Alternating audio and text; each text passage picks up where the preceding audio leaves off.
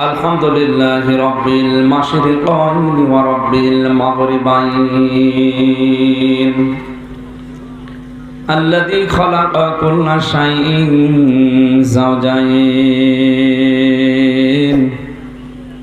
وأوجب علينا الإحسان بالوالدين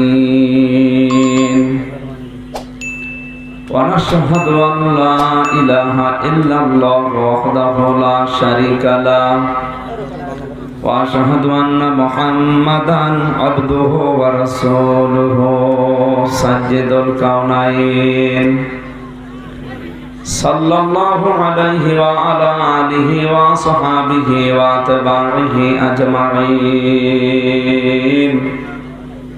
ليلا ونهارا في الطرفين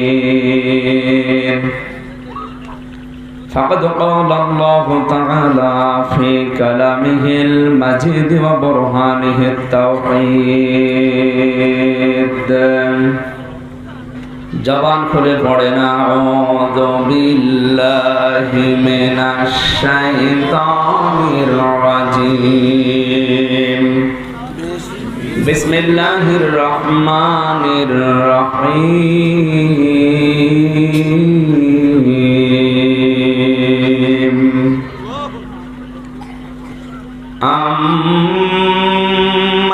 আম্মাল্লাযীনা আমানু وعملوا الصالحات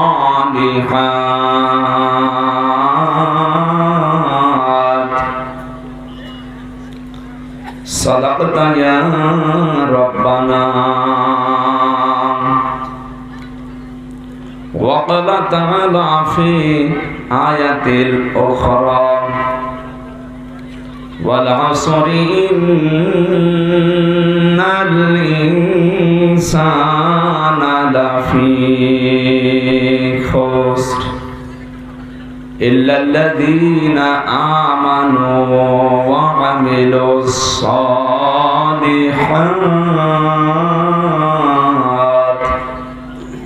وتواصوا بالحق وتواصوا بالصبر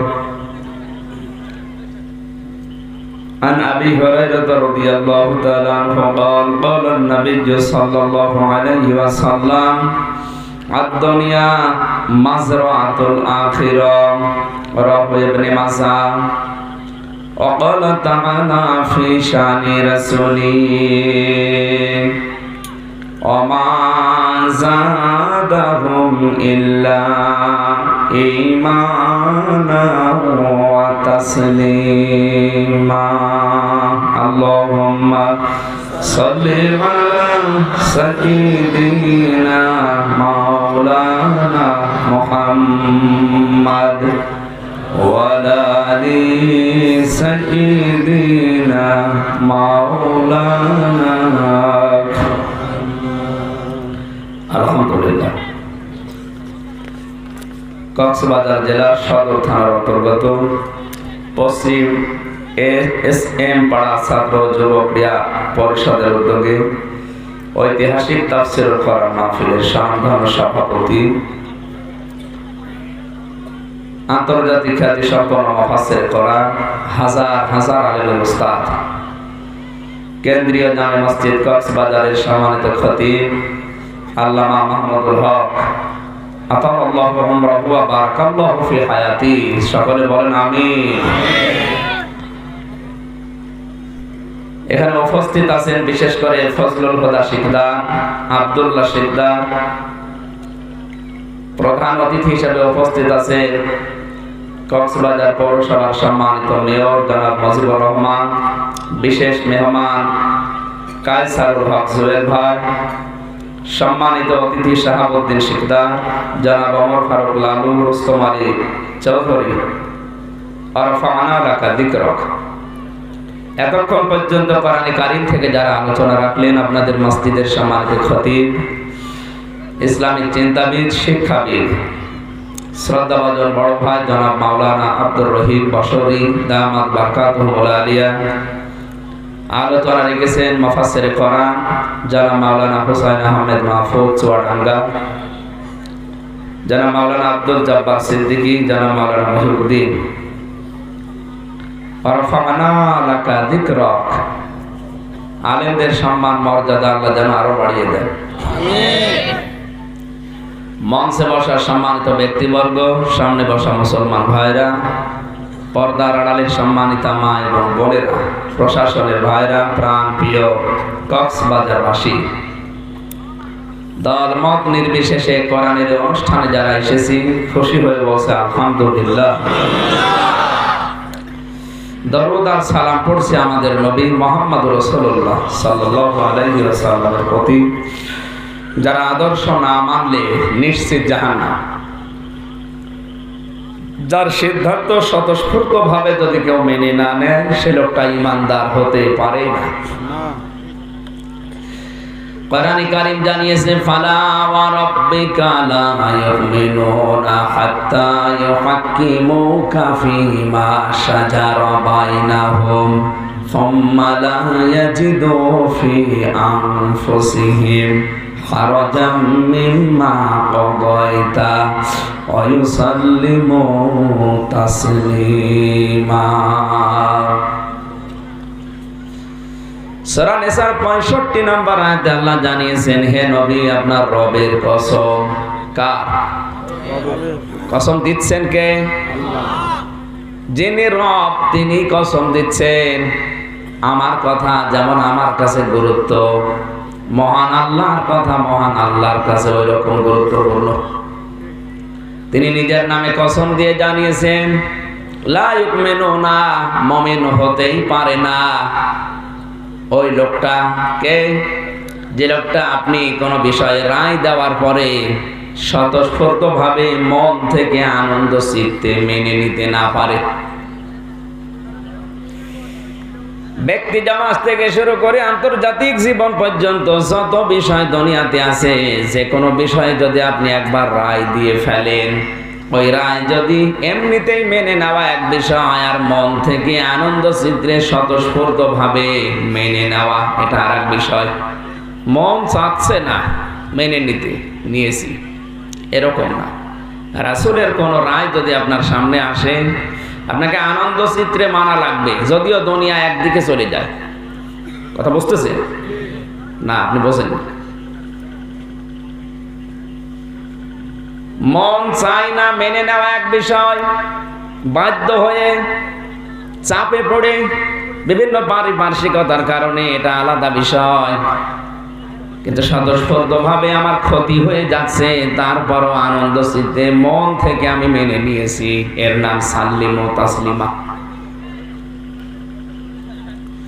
যতক্ষণ পর্যন্ত দুনিয়ার প্রতিটি বিষয়ে এই সিদ্ধান্ত আপনি নিতে না পারবেন, ততক্ষণ আপনি ঈমানদার হতে পারেননি।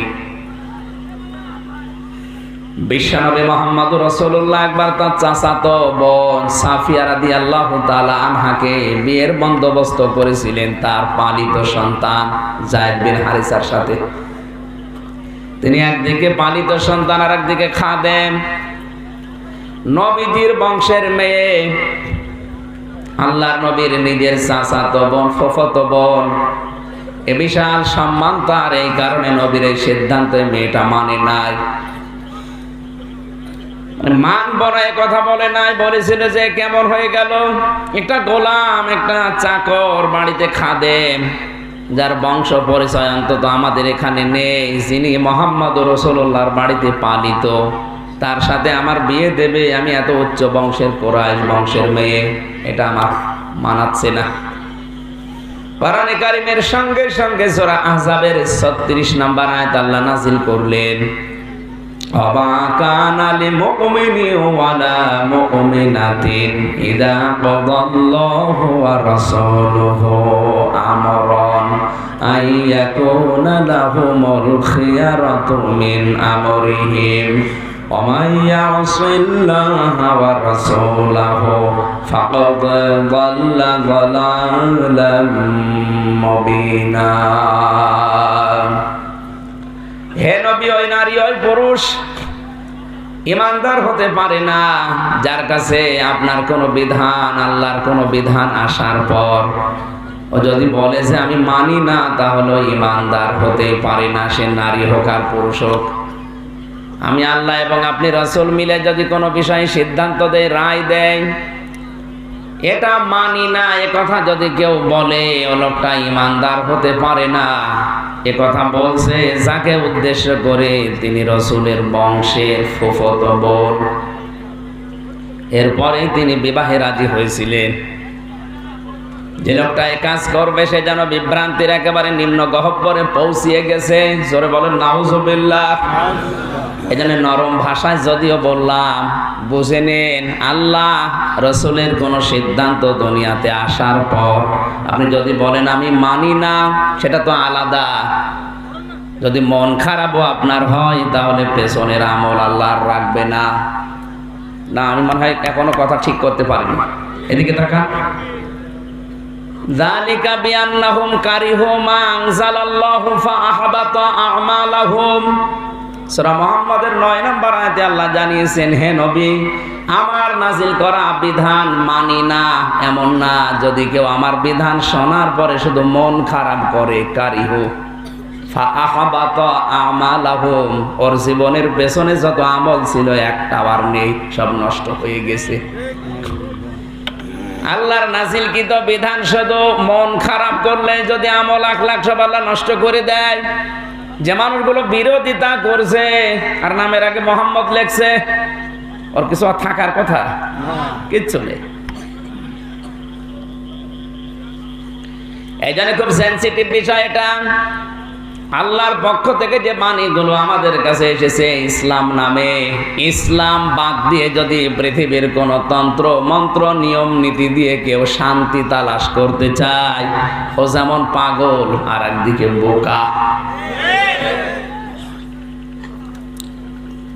এক দোকানদার একটা কর্মচারী রেখেছিল, নাম তার ইসলাম। নাম কি? ইসলাম। ওর একটা সুন্দরী মেয়ে ছিল, তার নাম শান্তি। নাম কি? ইসলামের সাথে আর শান্তির তলে তলে লাইন ছিল। শেষ পর্যন্ত দোকানদার জানতে পেরে আচ্ছা করে পিটিয়েছে, বেটা তুই আমার বাড়ির চাকর, দোকানের কর্মচারী হয়ে আমার মেয়ের দিকে তোর চোখ, তোরে আমি রাখবই না। পিটিয়ে দোকান থেকে বের করে দিয়েছে। ইসলাম ডাক দিয়ে বলছে, মালিক, শান্তির সাথে লাইন করার কারণে মায়েরও খেলাম, চাকরি হারালাম, দেখি আপনার শান্তি কয়দিন রাখতে পারেন। কক্সবাজার বাস স্ট্যান্ডে এসে বলছে, শান্তি তুমি কোথায়?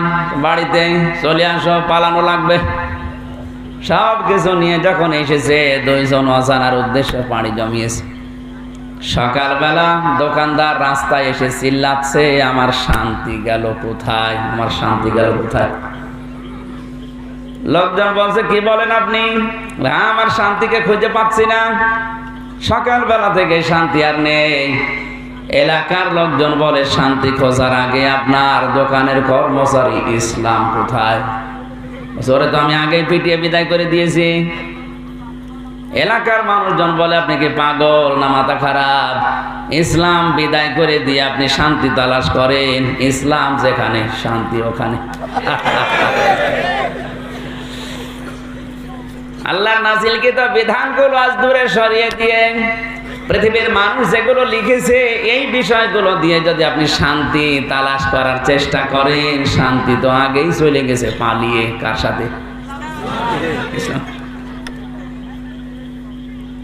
জাহাঙ্গীরনগর বিশ্ববিদ্যালয়ের লোক প্রশাসন বিভাগের সহকারী অধ্যাপক ডক্টর ঋতু কুণ্ডু মাত্র ৩-৪ দিন আগে এ বেচারা মুসলমান হয়ে গেছে। সাংবাদিকরা প্রশ্ন করছে, আপনি মুসলমান হলেন, সারা দুনিয়ায় প্রায় ৪৫০০০-এর মতো ধর্ম আছে, আপনি নিজেও একটা হিন্দু ধর্মের মানুষ, আপনি তো সনাতন ধর্মে আছেন। এ মহিলা জবাব দিচ্ছেন, সনাতন মানে পুরাতন। সনাতন মানে?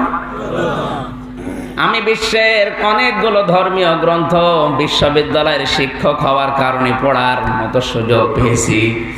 বিশ্বের যতগুলো ধর্মগ্রন্থ পড়লাম, পড়ে দেখি ওগুলো সব মানুষ লিখেছে, কোরআনে কারীম একমাত্র কিতাব যেটা আসমানের আওয়াজ।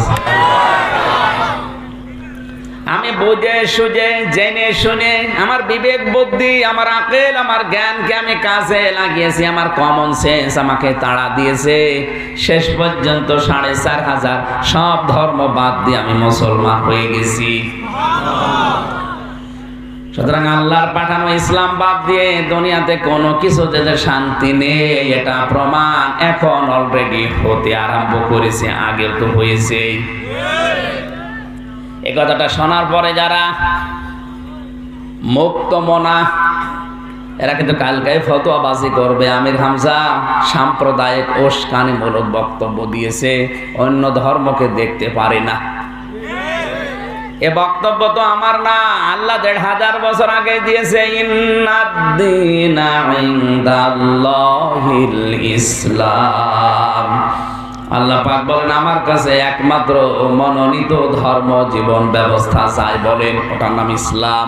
ইসলাম বাদ দিয়ে যত নিয়ম নীতি আছে ওগুলো ধর্মই না, ওগুলো সব মানুষের বানানো।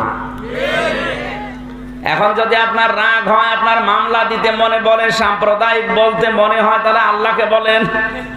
এই কথা বলছেন কেন? আমি তো শুধু অ্যাডভার্টাইজ করলাম, এই আমার দোষ। আল্লাহ যে নিজে বলতেছে ওনার দোষ নেই। এই দোষ কার বলেন তো? ও আল্লাহ। ও যার মন নিয়ে বসে আছে, আমার মনে হয় আল্লাহ যদি এখানে আসতো ও আল্লাহকে ছাড়তো। এই টুপি মাথায় দিয়ে যদি না ছাড়ে, ও শাহরিয়ার কবি ছাড়বে কি করে?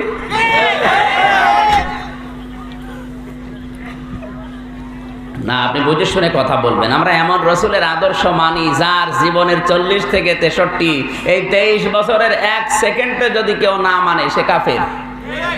বলেন বলেন, ৪০ থেকে ৬৩, এই ২৩ বছরের ১ সেকেন্ডে যদি কেউ না মানে সে কি? কাফের, বিনা দলিলে কাফের। অবশ্য নাউজুবিল্লাহ। আর ১ থেকে ৪০ বছর পর্যন্ত যদি আপনি নাও মানেন, আপনি কাফের না। কারণ ১ থেকে ৪০ বছর পর্যন্ত না মানলে আপনি জান্নাতে যাবেন না, এমন কথা আল্লাহ বলেননি। কিন্তু ৪০ থেকে ৬৩, এই ২৩ বছরের ১ সেকেন্ডও আপনি না মেনে থাকতে পারবেন না। আপনি যে মানবেন, কেন মানবেন বলেন তো? লাকাদ কানা লাকুম ফি রাসূলিল্লাহি উসওয়াতুন হাসানা। তোমাদের জন্য মহত্তম আদর্শ লুকিয়ে রেখেছি আমি রাসূলুল্লাহর জীবনে। কার জীবনে? বলেন বলেন। আল্লাহ কিন্তু এখানে মুহাম্মদ ইবনে আব্দুল্লাহ শব্দটা দেয়নি যে তোমাদের আদর্শ আমি মুহাম্মদ ইবনে আব্দুল্লাহর জীবনে রাখলাম, বলেননি। তিনি বলেছেন রাসূলুল্লাহ, কারণ তিনি জন্মের পর থেকে রাসূলুল্লাহ ছিলেন না। রাসূলুল্লাহ হয়েছেন ৪০ বছর বয়সে। কথা বলেন না কেন? সুতরাং আপনাকে যদি মানতেই হয় ৪০ থেকে ৬৩, এই ২৩ বছর মাস্ট বি, মানাই লাগবে। এই ২৩ বছর উনি যেভাবে থুতু ফেলেছেন ওইভাবে থুতু ফেলা সুন্নাত। এই ২৩ বছরে উনি যেভাবে স্ত্রীর সাথে ব্যবহার করেছে এইভাবে ব্যবহার করা সুন্নাত। আজ আমরা অনেকে বলছে আমাদের তো কোনো সমস্যা হয় না, আমির হামজা আর আব্দুর রহিমের এত বাধা কোন কারণে? আমিও তো নবীওয়ালা কাজ করি, আমার তো কিছুই হয় না। না, এটা মিথ্যা কথা। আপনি নবীওয়ালা কাজ করেন না, আপনি করেন মুহাম্মদ ইবনে আব্দুল্লাহর কাজ। মুহাম্মদ ইবনে আব্দুল্লাহ যে ভালো কথা বলে না, এই বিষয়টা এমন না, উনিও ভালো কথা বলতেন। উনি ভালো ভালো কাজের আঞ্জাম দিতেন। মানুষের ঘর নেই, ঘর বানিয়ে দিতেন। মানুষের অসুস্থতা করার জন্য তিনি সেবা দিতেন। হেল্পফুল ফজল গঠনের মাধ্যমে ১ থেকে ৪০ বছর পর্যন্ত বহু খেদমত সমাজে দিয়েছেন। অথচ এই ৪০ বছর পর্যন্ত পুরো আরব জানে ওনার একটা শত্রু ছিল না। ওই একই মানুষ ৪০ বছর বয়সে কোরআন পেয়ে কি এমন হয়ে গেলেন যে ৪০ থেকে ৬৩, ২৩ বছরে তাকে ৮২ বার ডাইরেক্ট ইহুদিরা মেরে ফেলার জন্য চেষ্টা চালিয়েছে। মানুষ তো একই। জবাব হচ্ছে উনি 1 থেকে 40 বছর পর্যন্ত রাসূলুল্লাহ ছিলেন না। রাসূলুল্লাহ হয়েছেন কত বছর বয়সে? আরো জোরে বলেন। সুতরাং রাসূলুল্লাহর দাওয়াত যদি কেউ দিতে চায়, রাসূলুল্লাহ যেমন দাওয়াত দিয়ে বিপদে পড়েছে, আর রাসূলুল্লাহর দাওয়াত গ্রহণ করেছে যারা, তারাও বিপদে ছিল। আজ দুনিয়াতে মুহাম্মদ ইবনে আব্দুল্লাহর কাজ করবেন, কোনো বাধা নেই, কোনো অসুবিধা নেই। কিন্তু রাসূলুল্লাহর কাজ করতে গেলে আপনি বাধাপ্রাপ্ত হবেন। আপনার দাওয়াতে যারা সাড়া দেবে তারাও বাধার সম্মুখীন হবে। এই সহজ কথাগুলো বোঝে না, বলে আমার তো কিছু হয় না, তোমার কিছু হবে কি করে? তুমি তো রাসূলুল্লাহর কাজ করো না, তুমি করো মুহাম্মদ ইবনে আব্দুল্লাহর কাজ। আমিও যদি শুধু আমির হামজা থাকতাম, আমি যতদিন পর্যন্ত শুধু আমির হামজা ছিলাম, পুরা বাংলাদেশ না কোন জায়গায় আমার শত্রু বলে কেউ ছিল না, সবাই বলতো ভালো হুজুর। যখনই মুফতি আমির হামজা হয়ে গেছি তখনই ঝামেলা বেড়ে গেছে। আমি তো আর জন্মের পর থেকে মুফতি আমির হামজা ছিলাম? বলেন বলেন। মুফতি আমির হামজা হয়েছে আমি 16 সালে। আমি ফেকা নিয়ে কামেল পাস করার পরে ওটা লিখেছিলাম। এর আগে শুধুমাত্র হাফেজ লিখতাম, মাওলানা লিখতাম। কিন্তু যখনই 16 সালে ফেকা নিয়ে কামেল শেষ করে মুফতি লিখেছি, তখনই আমার যন্ত্রণার শেষ নেই। মানুষ তো আমি একই আছে, কথা বুঝতেছে? আমি মনে হয় 16 সালের আগে কোরআনের দাওয়াত দেয়নি। কথা বলে না কেন? বহু দাওয়াত কোরআন থেকে শুনিয়েছি, কিন্তু ওই সময় আমি মুহাম্মদ ইবনে আব্দুল্লাহর মতো ছিলাম। কিন্তু যখনই রাসূলুল্লাহর পথটা উসওয়াতুন হাসানা হিসাবে মেনে নিয়েছি, ওনার মতো আমাকে অনেক জায়গায় এখন বাধা দেওয়া হচ্ছে।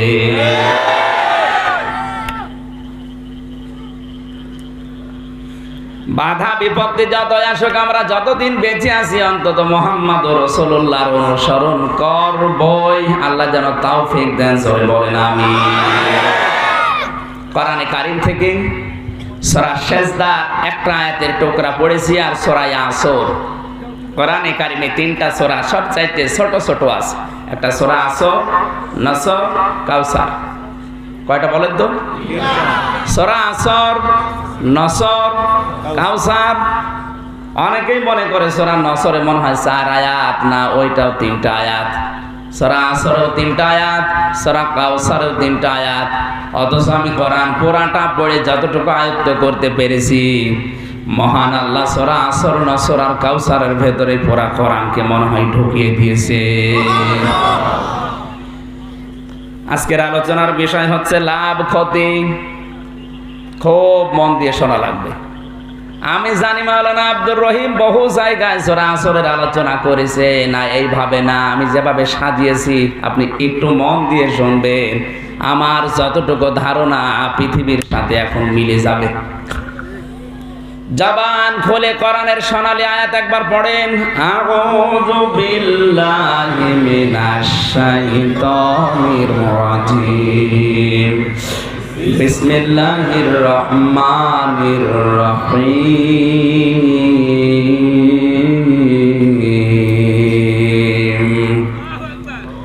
ওয়াল আসরি ইন্নাল ইনসানা লাফি খুসর ইল্লাল্লাযীনা আমানু ওয়া আমিলুস সালিহাত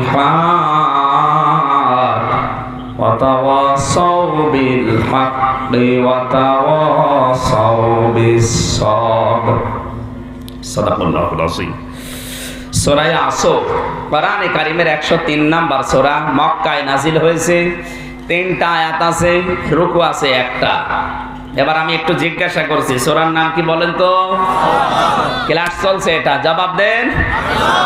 আয়াত নাম্বার 103 সিরিয়াল হিসাবে। কয়টা আয়াত আছে? নাজিল হয়েছে মক্কায়। রুকু আছে। আলোচনার বিষয় লাভ ক্ষতি। এই লাভ আর ক্ষতি আমরা আসলে বাস্তবে বুঝি না, এই জন্য অনেকে লাভকে ক্ষতি মনে করে, ক্ষতিকে লাভ মনে করে। একটু বাস্তবতায় নিয়ে যান তো। আসলে লাভ যেটা আমরা ওটা লাভ মনে করি না, ক্ষতি যেটা ওইটাকে লাভ মনে করি, আর লাভকে ক্ষতি মনে করি। হযরতে আবু বকরের শানে আয়াত গুলো নাযিল হয়। এই সূরা আসর হযরতে আবু বকরের জন্য নাযিল হয়েছিল। ইসলাম গ্রহণ করার পরে তিনি দান করতে করতে এত নিঃস্ব হয়ে পড়েছিলেন, শেষ পর্যন্ত খেজুর পাতার পাটি পর্যন্ত তার স্ত্রীকে পরিধান করিয়েছেন। বিশ্বনবী মুহাম্মদ রাসূলুল্লাহ তাবুকের যুদ্ধের ডাক দিয়েছিলেন। মসজিদে নববীতে নিজের পাগড়িটা বিছিয়ে বেলালকে বললেন, একটা ঘোষণা দিয়ে আসো, নবীজি যুদ্ধের ময়দানে যাওয়ার জন্য কালেকশন করছে, যার যতটুকু সামর্থ্য আছে দিয়ে যাও।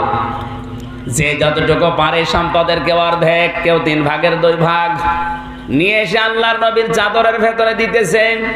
হযরতে আবু বকর বাড়িতে যে সম্পদগুলো ছিল ওগুলো তো নিয়েছে।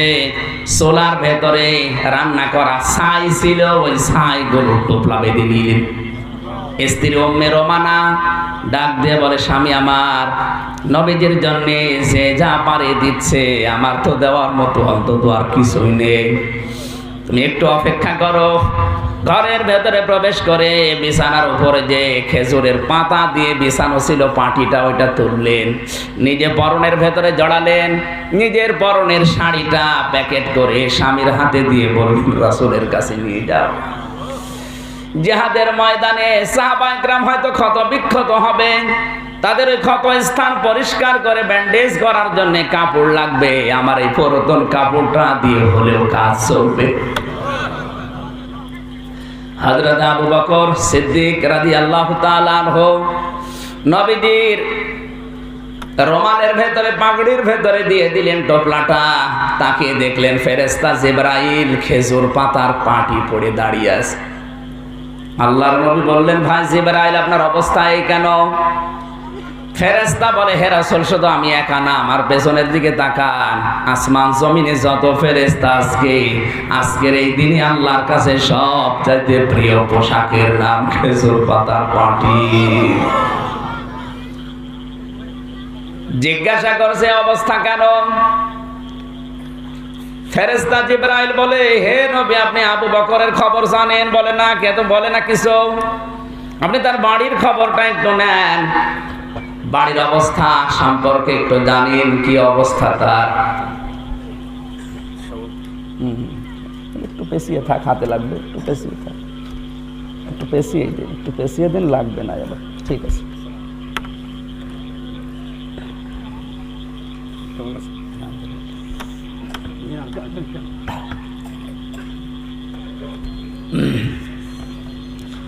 সুবহানাল্লাহ আলহামদুলিল্লাহ লা ইলাহা ইল্লাল্লাহ, সুবহানাল্লাহ আলহামদুলিল্লাহ লা ইলাহা ইল্লাল্লাহ। এই ছেলে দাদা কি না কেউ আসছে? সুবহানাল্লাহ আলহামদুলিল্লাহ লা ইলাহা ইল্লাল্লাহ। আমি জিকির করতে দিলাম, কি করেন আপনি?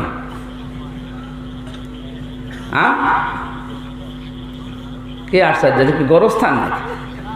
জবাব করে বলেন, সুবহানাল্লাহ আলহামদুলিল্লাহ লা ইলাহা ইল্লাল্লাহ।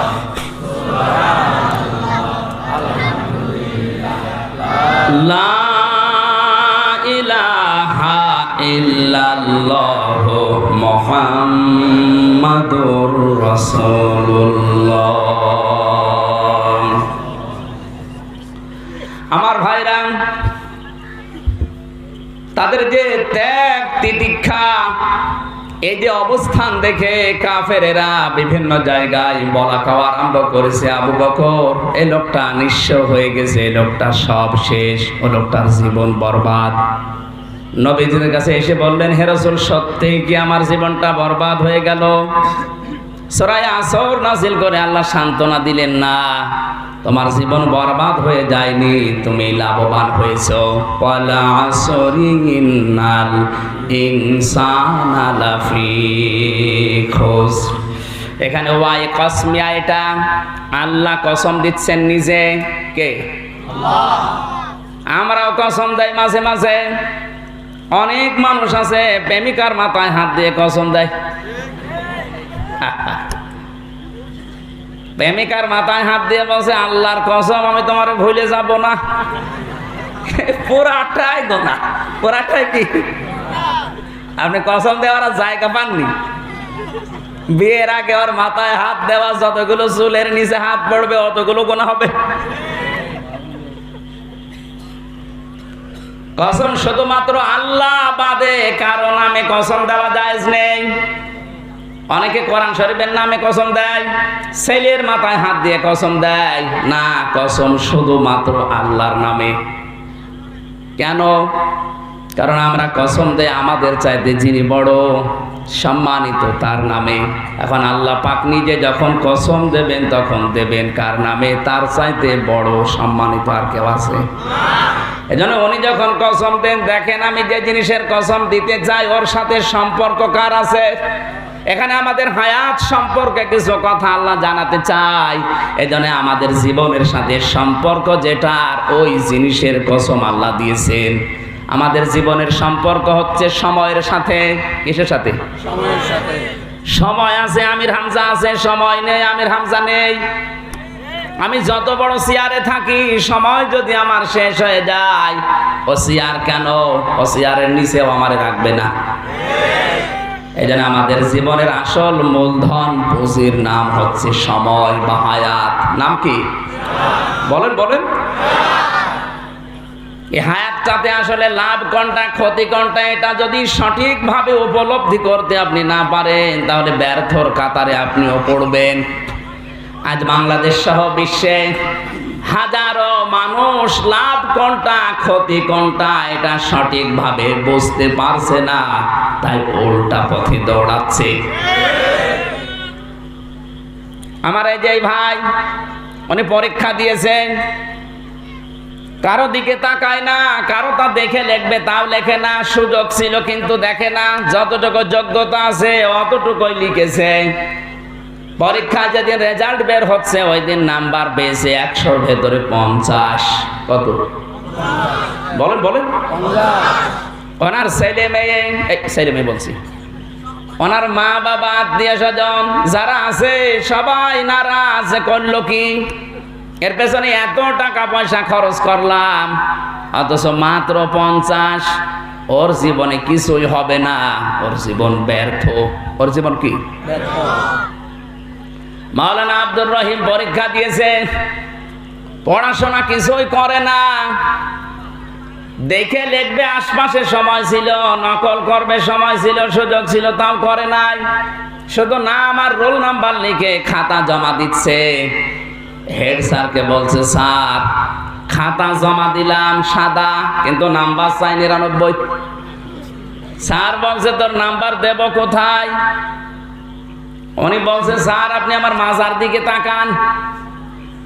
স্যার মাজার দিকে তাকিয়ে দেখে নল। নল চেনেন? ওরা বলছে, বাবা তুই বাড়ি চলে যা, তুই বাড়ি যাওয়ার আগে দেখ নাম্বার বাড়ি চলে যাবে। রেজাল্ট যেদিন বের হচ্ছে ঠিক উনি 99 পেয়েছে। ওনার মা বাবা আত্মীয় স্বজন সবাই খুশি, এমন কোন প্রেমিকাও খুশি। যে জিনিস একটা শুনলাম যে কিছুই লেখে নাই, সাদা খাতা জমা দিয়েছে, তারপরও নাম্বার কত? সবাই ভাববে যে জীবনে অনেক দূর যেতে পারবে, এর জীবনে সফল, অনেক কিছু পাবে জীবনে।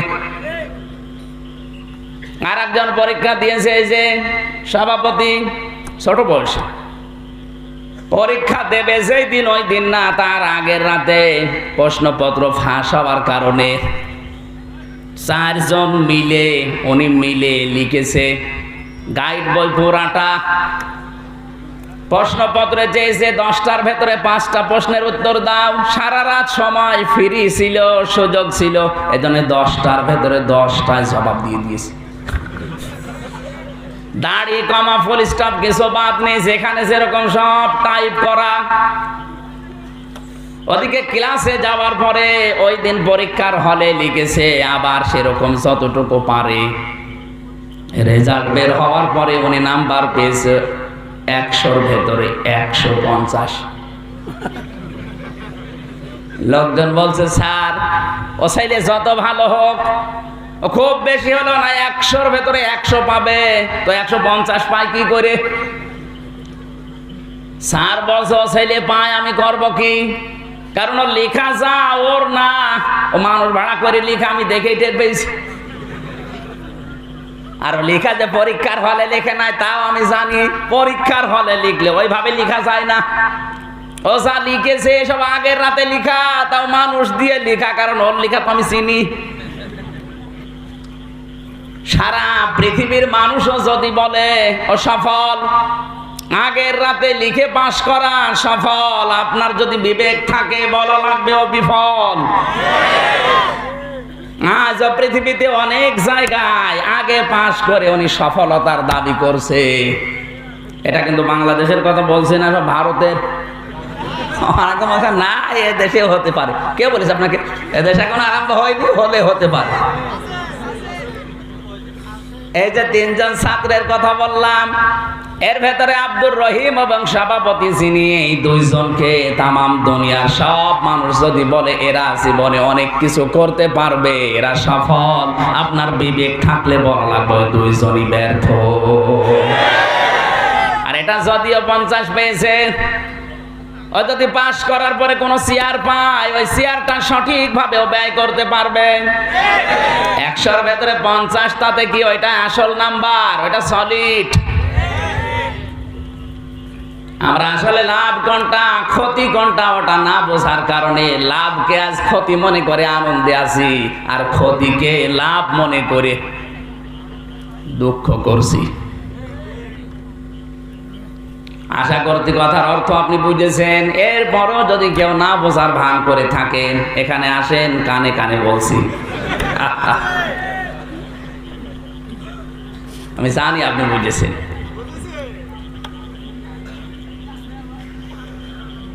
আমার ভাইরা, এখানে বল আসরিন, সময়ের কসম আল্লাহ দিয়েছেন, হায়াতের কসম, আসরের নামাজের কসম, ইতিহাসের কসম। আসর শব্দের অনেকগুলো অর্থ আমি পেয়েছি। আসরের 1 নাম্বার অর্থ আসর মানে সময়, আসর মানে জীবনের হায়াতের যে জিন্দেগির সময়টা পেয়েছেন এইটা। আসর মানে আসরের নামাজ, আসর মানে ইতিহাস। ইতিহাসের কসম আল্লাহ কেন দিলেন? পৃথিবীর অনেকেই অনেক কিছু ভুলে যায়, ইতিহাস কিন্তু ভোলে না, ওটা চেপে রাখা গোপন সাক্ষী। 50, 100, 200, 500, 10,000, 20,000 বছরের দেখবেন ইতিহাস কিন্তু এখনো দুনিয়া থেকে শেষ হয়ে যায়নি।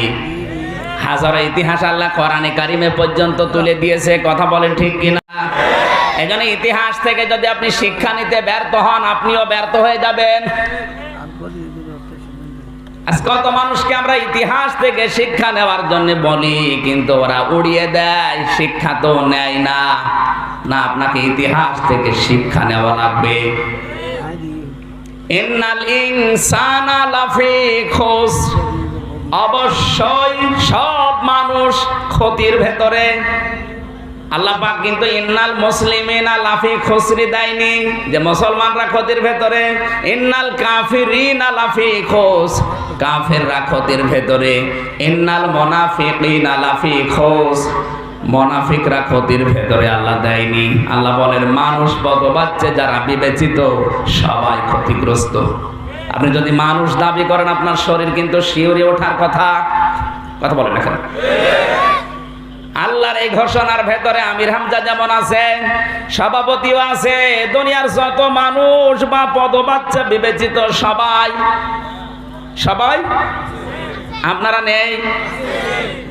আল্লাহ বলছেন সবাই ক্ষতির ভেতরে। খসরুন শব্দের শাব্দিক অর্থ হচ্ছে যেটা দিয়ে ব্যবসা করলে লাভও চলে যায়, পুঁজিও চলে যায়, তার আরবি নাম খসরুন। আল্লাহ যখন বলছেন সবাই ক্ষতির ভেতরে, আপনাকে অন্তত একটু ঘুরে দাঁড়ানো দরকার, একটু থামা দরকার। এ ক্ষতির ভেতরে যেহেতু আমিও আছি, আমাকে অন্তত এ ক্ষতি থেকে বাঁচতে হবে। আল্লাহ আসর আলো জ্বালিয়েছেন, ইল্লাল্লাযীনা আমানু ওয়া আমিলুস সালিহাত। এই ক্ষতি থেকে বাঁচতে পারবে তারা যারা দুনিয়াতে 4টা কাজ করতে পারবে। কয়টা? আরো জোরে বলেন।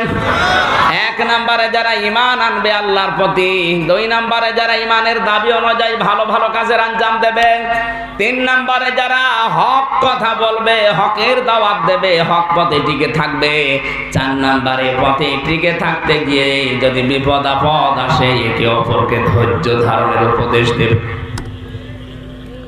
সাহাবায়ে কেরামের জীবনে আমি এমন কোন সাহাবীর জীবন পড়িনি যে সাহাবী এক জায়গায় হলেই সূরা আসর শোনাতেন না। সাহাবীদের অভ্যাস ছিল 2 জন যদি পৃথক হয়ে যেতেন, পৃথক হওয়ার আগেই তারা সূরা আসর একে অন্যকে শুনিয়ে তারপরে পৃথক হতেন। তারা বুঝেছিলেন যে সূরা আসরটা কি। আসলে আমাদের ওই অনুধাবন করার শক্তি, উপলব্ধি করার মতো ক্ষমতা আমাদের অনেকের নেই। এজন্য আসরের তেলাওয়াত হলো আমরা কিছু মনেই করি না। ওয়াইদা সামিউ মা উনজিলা ইলার রাসূলি তারা আ'য়ুনাহুম তাফিদু মিনাদ দামি'i মিম্মা আরাফু মিনাল হক ইয়াকুলুনা রাব্বানা আমান্না ফাকতুবনা মা'আশ শাহিদিন। আল্লাহ রাব্বুল আলামিন সূরা মায়দা 83 নম্বর আয়াতে জানিয়েছেন, হে নবী আপনার কণ্ঠে যখন ওরা কোরআন শুনবে আর যদি উপলব্ধি করতে পারে, অনুধাবন করতে পারে, এর মর্ম মানেগুলো বুঝতে পারে, দেখবেন ওদের মনের অজান্তেই চোখ দিয়ে পানি গড়িয়ে পড়েছে। কোরআনের আলোচনায় সবার চোখে পানি আসবে না, ঠিক না? যারা বুঝবে আল্লাহ কি বলতে চায় আর আমি কি করি, অবশ্যই তাদের চোখে পানি আসবে। না এখানে কি সমস্যা কি?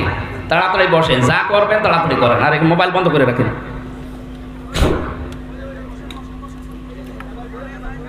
আবার কথা বলেন, কথা বলা যাবে না, কথা বন্ধ করেন। ইশারায় কাজ করেন, ইশারায় কাজ করে বসে পড়েন। আমার ভাইরা, এখানে ক্ষতির বিপরীতে যে শব্দটা আমরা জানি তার নাম কি বলেন তো? লাভ।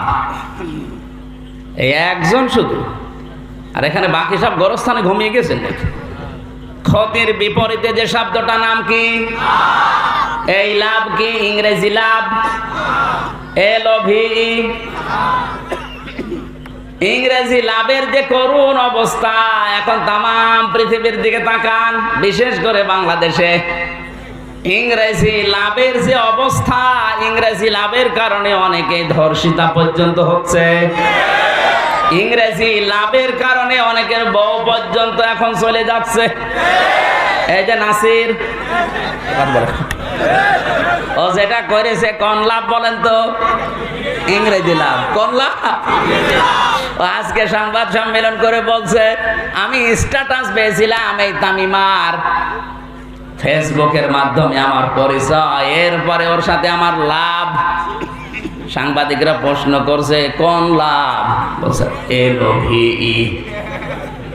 তাহলে ইংরেজি লাভের কারণে অনেকের জায়েজ বউ বাড়ি থাকছে না, চলে যাচ্ছে। এমনকি ইংরেজি লাভ আমরা বিভিন্ন স্কুলে, কলেজে, বিশ্ববিদ্যালয়ের পায়খানার ভেতরে যে দেওয়াল আছে লিখে রাখে। কথা বলছেন? এ লাভ ইংরেজি লাভ না, এ লাভ আছে লয়াকার ভ, লয়াকার ভ। আপনি ক্ষতির বিপরীতে লাভ যদি পেতে চান, লাভবান হতে চান, আপনাকে 4টা কাজ করা লাগবে। 1 নম্বরে ঈমান আনতে হবে আল্লাহর প্রতি। কার প্রতি? হ্যাঁ। এখন ঈমান কাকে বলে, কিভাবে ঈমান আনবেন?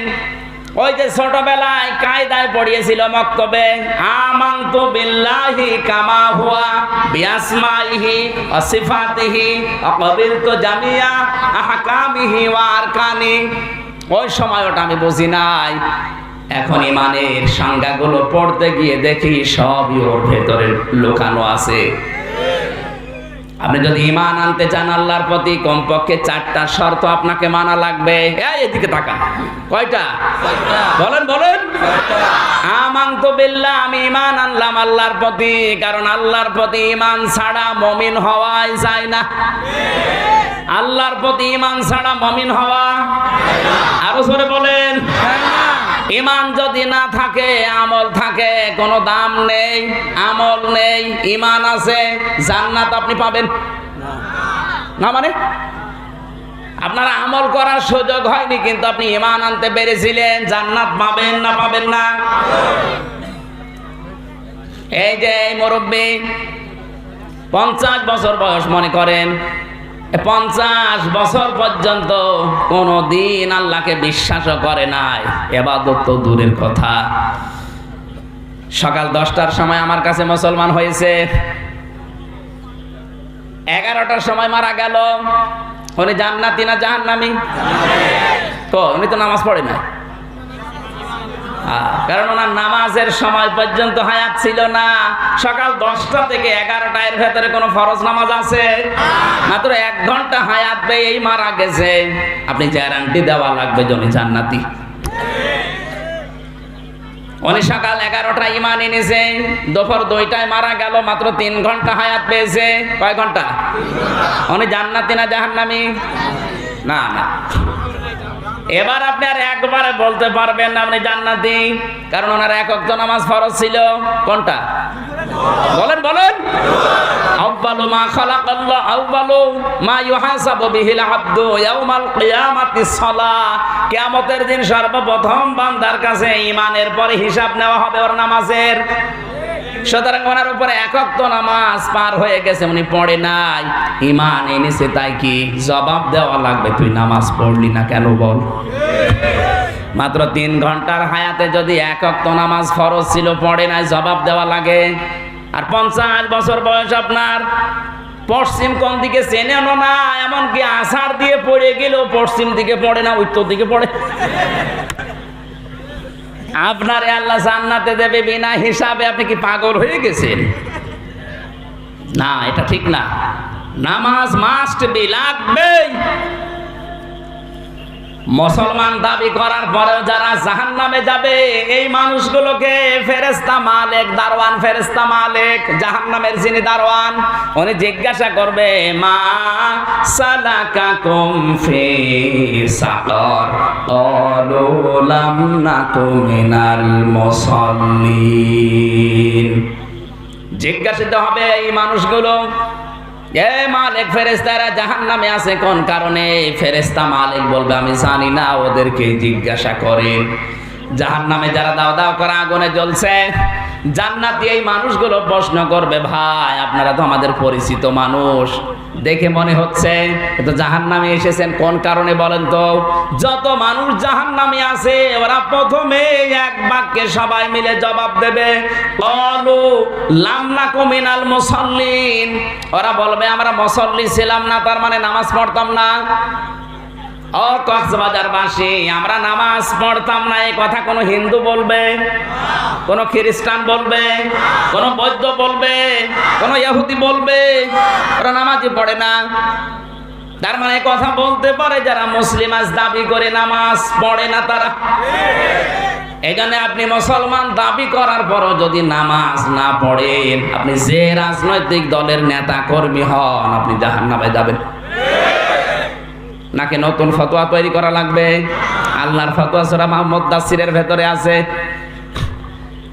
এক কথায় জবাব দিচ্ছি, নামাজ যারা পড়বে না, সে যে দলের লোক হোক, ও যাবে কোথায়? আমি আবার বলছি, আপনার ঈমান আছে, কিন্তু আপনি আমল করার সুযোগ পাননি, হয়তো হায়াত ছিল না, কিন্তু জান্নাত পাবেন। কিন্তু ঈমান নেই, আপনি আমল হয়তো হাজারও করেছেন, আপনার ওই আমলের কোনো দাম নেই। ঈমান আনতে হলে কয়টা শর্ত মানা লাগে? আরো জোরে, খুব জোরে বলেন। 1 নাম্বার, আমি এমন আল্লাহর প্রতি ঈমান এনেছি যার নাম আছে আমানতু বিল্লাহি কামা হুয়া। আমি এমন আল্লাহর উপরে ঈমান এনেছি যার অস্তিত্ব আছে। আমার আল্লাহর কি আছে? অস্তিত্ব। বলেন বলেন। আমি এমন আল্লাহর উপরে ঈমান এনেছি যার অস্তিত্ব নেই। এরকম হলো, জবাব দেওয়া লাগবে। আমি এমন আল্লাহর উপরে ঈমান এনেছি যার অস্তিত্ব আছে। ঠিক আছে তো? নাই। 2 নম্বরে, কামা হুয়া বিআসমাইহি, আমি এমন আল্লাহর উপরে ঈমান এনেছি যার শুধু অস্তিত্ব আছে না, তার নাম আছে। আরো জোরে বলে আল্লাহ কি আছে বলেন তো? আল্লাহর নাম আছে কয়টা? 99টা। 5000। তাফসিরে মাযহারি আল্লামা সানাউল্লাহ পানিপতি রহমাতুল্লাহ আলাইহি লিখেছেন, আমার আল্লাহর নাম হচ্ছে 5000। তাওরাতে আছে 1000, জাবুরে আছে 1000, ইনজিলে আছে 1000, লাউহে মাহফুজে আছে 1000, কোরআনে কারিমে আছে 1000। 5000 নামকে সামারাইজ করে আমার আল্লাহ বিসমিল্লাহর ভেতরে প্রবেশ করিয়েছেন। বিসমিল্লাহির রহমানির রহিম। এই যে 3টা নামের ভেতরে 5000 নাম লুকিয়ে আছে। কেউ যদি একবার বিসমিল্লাহ শরীফ পড়তে পারে 5000 বার আল্লাহকে ডাকার সওয়াব পাবে। আল্লাহর নাম কয়টা বলেন তো? ওয়ালিল্লাহিল আসমাউল হুসনা ফাদউহু বিহা ওয়া যারুল্লাযীনা ইউলহিদুনা ফি আসমাই ইলা আখিরি আয়াত। সূরা আরাফের 179 নম্বর আয়াত, 180 নম্বর আয়াত। আল্লাহ পাক বলেন, আমি আল্লাহর অনেক সুন্দর সুন্দর নাম আছে, যে নামে পারো আমাকে ডাকো, কিন্তু সাবধান, আমার নাম যারা ইলহাদ করে, আমার নাম যারা পরিবর্তন করে দেয়, উল্টা পাল্টা করে, তাদের সাথে মিলে তোমরা আমাকে ডাকবা না। কে বলছেন বলেন তো? অথচ এই রোগটা আজ বাংলাদেশের ভারতে বেশি। আপনি মক্কা মদিনাতে পুরা আরব জাহানে মিলে প্রকাশ্য কোন শিরিক এবং বেদাত প্রকাশ্য পাবেন না, গোপনে আছে, কিন্তু প্রকাশ্য আপনি পাবেন না। তো প্রকাশ্য বলেন গোপনে বলেন, সবচাইতে বেশি শিরিক আর বেদাত চলে বাংলাদেশের ভারতে। এরা আবেগে ইসলাম মানে। আপনার যদি ঈমান আনতে হয় তাহলে শিরিক মুক্ত ঈমান আনা লাগবে, আর আমল যদি করতে হয় বেদাত মুক্ত আমল করা লাগবে। এই জন্য ও ঈমান ক্ষতি থেকে বাঁচাতে পারবে যে ঈমানটা শিরিক মুক্ত। আর শিরিক মুক্ত ঈমান আনতে হলে শর্ত কয়টা বললাম? 1 নম্বরে আমি এমন আল্লাহর উপরে ঈমান এনেছি যার অস্তিত্ব আছে না নেই? আল্লাহর যে অস্তিত্ব আছে এটা শুধু আমরাই বিশ্বাস করি না, ওই জামানায় যারা ছিল কাফেররাও বিশ্বাস করত। আবু জেহেলকে যদি আপনি প্রশ্ন করতেন, ওয়ালা ইনসাল তাহুম মান খালাকাস সামাওয়াতি ওয়াল আরদা লা ইয়াকুলুনাল্লাহ, হে নবী আপনি যদি আবু জেহেলকে জিজ্ঞাসা করেন আসমান আর জমিন কে বানিয়েছে, ও গ্যারান্টি দিয়ে বলবে আল্লাহ বানিয়েছে। তাহলে আল্লাহ একজন আছে, আল্লাহর অস্তিত্বে আবু জেহেলের বিশ্বাস ছিল না ছিল না? তাই বলো ইমানদার। আরো জোরে। আজ পৃথিবীতে যারা আল্লাহ একজন আছে আবু জেহেলের মতো বিশ্বাস করে রেখেছেন আল্লাহর অস্তিত্বে, আপনিও তাহলে ইমানদার না? দ্বিতীয় নম্বরটা কি? আল্লাহ শুধু অস্তিত্ব আছে তা না, তার নাম আছে। কি আছে বলেন বলেন?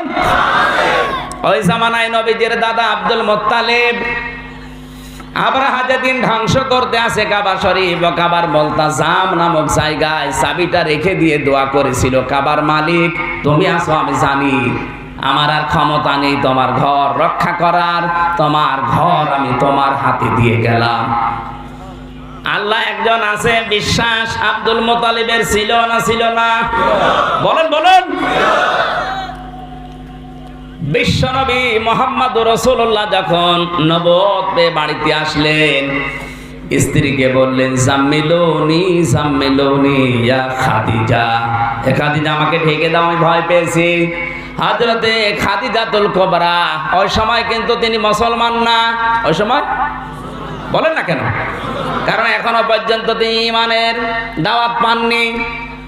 হযরতে খাদিজা ওই সময় বলেছিলেন কাল্লা আল্লাহি লা ইউখজিকাল্লাহু আবাদান, কখনোই না, আল্লাহর কসম কখনোই আল্লাহ আপনাকে অপমান অপদস্থ ভয় ভীতি দেখাতে পারে না। খাদিজাকে মুসলমান? আরো জোরে বলেন। এতটুকু একটা বাক্যের ভেতরে খাদিজা আল্লাহর নাম উচ্চারণ করেছে কয়বার? দুইবার বলেন বলেন। আল্লাহি লা ইউখজিকাল্লাহু আবাদান, আল্লাহর কসম কখনো আল্লাহ আপনাকে অপমান অপদস্থ ভয় ভীতি দেখাতে পারে না। কারণ কি? কারণ আপনি আত্মীয় স্বজনের রক্তের সম্পর্ক ঠিক রাখেন। স্ত্রী চরিত্রের সার্টিফিকেট দিচ্ছেন যে আপনি ভয় পেতে পারেন না, কোনো দুষ্ট জিন আপনাকে ভয় দেখাতে পারে না। তার এক নাম্বার কারণ হচ্ছে আপনি রক্তের সম্পর্ক ঠিক রাখেন। অথচ আজ এই রক্তের সম্পর্কগুলো ঠিক রাখতে পারি না আমরা এই বড় কারণে। এক কথা বলেন না কেন? কত সম্পর্ক ছিল আপনার বোনের সাথে, ছোটবেলার কথা মনে করেন। কত সম্পর্ক ছিল আপনার ছোট ভাইয়ের সাথে, অথচ এখন দা কুমড়ার মতো সম্পর্ক। এটা তৈরি করে দিল কি ফেরেশতা? কে কে? আল্লাহর নবী বলেন, যেই মহিলা চায় যে তার স্বামীর হায়াত আরো বেড়ে যাক, তার স্বামী আরো সন্তান সম্পদ এবং সম্মানের মালিক হয়ে যাক, সেজন্য স্বামীকে মাঝে মাঝেই পরামর্শ দেয়, ও স্বামী তুমি আর যাই করো অন্তত রক্তের সম্পর্কগুলো ঠিক রাখবা, তাহলে তোমার হায়াতও বেড়ে যাবে, তোমার সম্মানও বাড়বে, তোমার সম্পদও বাড়বে। অথচ আজ আমরা পুরো উল্টা দেখি। ওরা আমাদেরকে আরো রক্তের সম্পর্কগুলো ছিন্ন করার যে কাজ কারবার ওগুলো করে দেয়। ওরা চায় আমরা আগে আগে মরে গেলে ওরা আরেকটা বিয়ে করবে। না, মা বোন যদি থাকেন আশপাশে কোনো জায়গায়, আপনি যদি সত্যি মন থেকে চান যে আপনার স্বামী আরো বেশি দিন বেঁচে থাকুক, তার সম্মান সম্পদ এগুলো আরো বেড়ে যাক, আপনি খেয়ে থাকেন না খেয়ে থাকেন, সুখে থাকেন দুঃখে থাকেন, বারবার উদ্বুদ্ধ করবেন, স্বামী তুমি আর যাই করো অন্তত রক্তের সম্পর্কগুলো ঠিক রাখো। এরকম মহিলা এখন বেশি না কম? কার বউ এরকম সম্পর্ক ঠিক রাখার জন্য উদ্বুদ্ধ করে? হাত তোলেন তো। দুইশো থাক ভাই থাক। আমার মনে হয় এই এলাকায় হাদিস বলা ঠিক হচ্ছে না, এই হাদিস আমি বাদ দিয়ে দেই।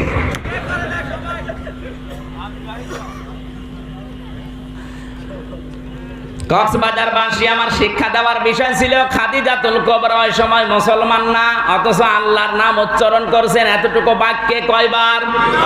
আরো জোরে। তার মানে আল্লাহ একজন আছে, বিশ্বাস খাদিজাও করতো, আব্দুল মুত্তালিবও করতো, আবু জেহেলও করতো, তাই বলে ওরা মুসলমান? আরো জোরে বলুন। ওরা এখনো ইমানদার হয়নি, কারণ একটা বিষয় মানলে ইমানদার হওয়া যাবে না, এর পাশাপাশি আপনাকে আল্লাহর নাম বিশ্বাস করা লাগবে। আমরা বিশ্বাস করি না করি না? কিন্তু সমস্যা হচ্ছে আল্লাহর নাম আমরা বিশ্বাস করে রেখে দিয়েছি, শুধু বিশ্বাস করলে হবে না, এ নামের গুণাগুণ আছে, এ নামের কার্যকারিতা আছে, এটাও আপনাকে বিশ্বাস করা লাগবে। আল্লাহর নাম রাজ্জাক, আপনাকে বিশ্বাস করা লাগবে আমার রিজকের দায়িত্ব আমার রাজ্জাকের। বলেন বলেন। আল্লাহর নাম খালেক, তিনি আমাকে তৈরি করেছেন। আল্লাহর নাম হচ্ছে হাকিম, তিনি বিচার ফায়সালা করতে পারেন। আমার আল্লাহ পাক এই পৃথিবীতে আইন দিতে পারেন একমাত্র আল্লাহর নাম রব। রবের 5টা অর্থ হয়। রবের 2 নাম্বার অর্থ হচ্ছে রব মানে আইন দাতা। রব মানে কি? তার মানে আমি এমন আল্লাহর উপরে ঈমান এনেছি যার শুধু নাম না, নামের গুণাগুণ আছে এবং নামের কার্যকারিতাও আছে। পৃথিবীর অন্যান্য ধর্মের সাথে আমার এই ধর্মের মিল এই জায়গায় নেই। অন্য ধর্মের দেবতাদের নাম আছে কিন্তু নামের কার্যকারিতা নেই।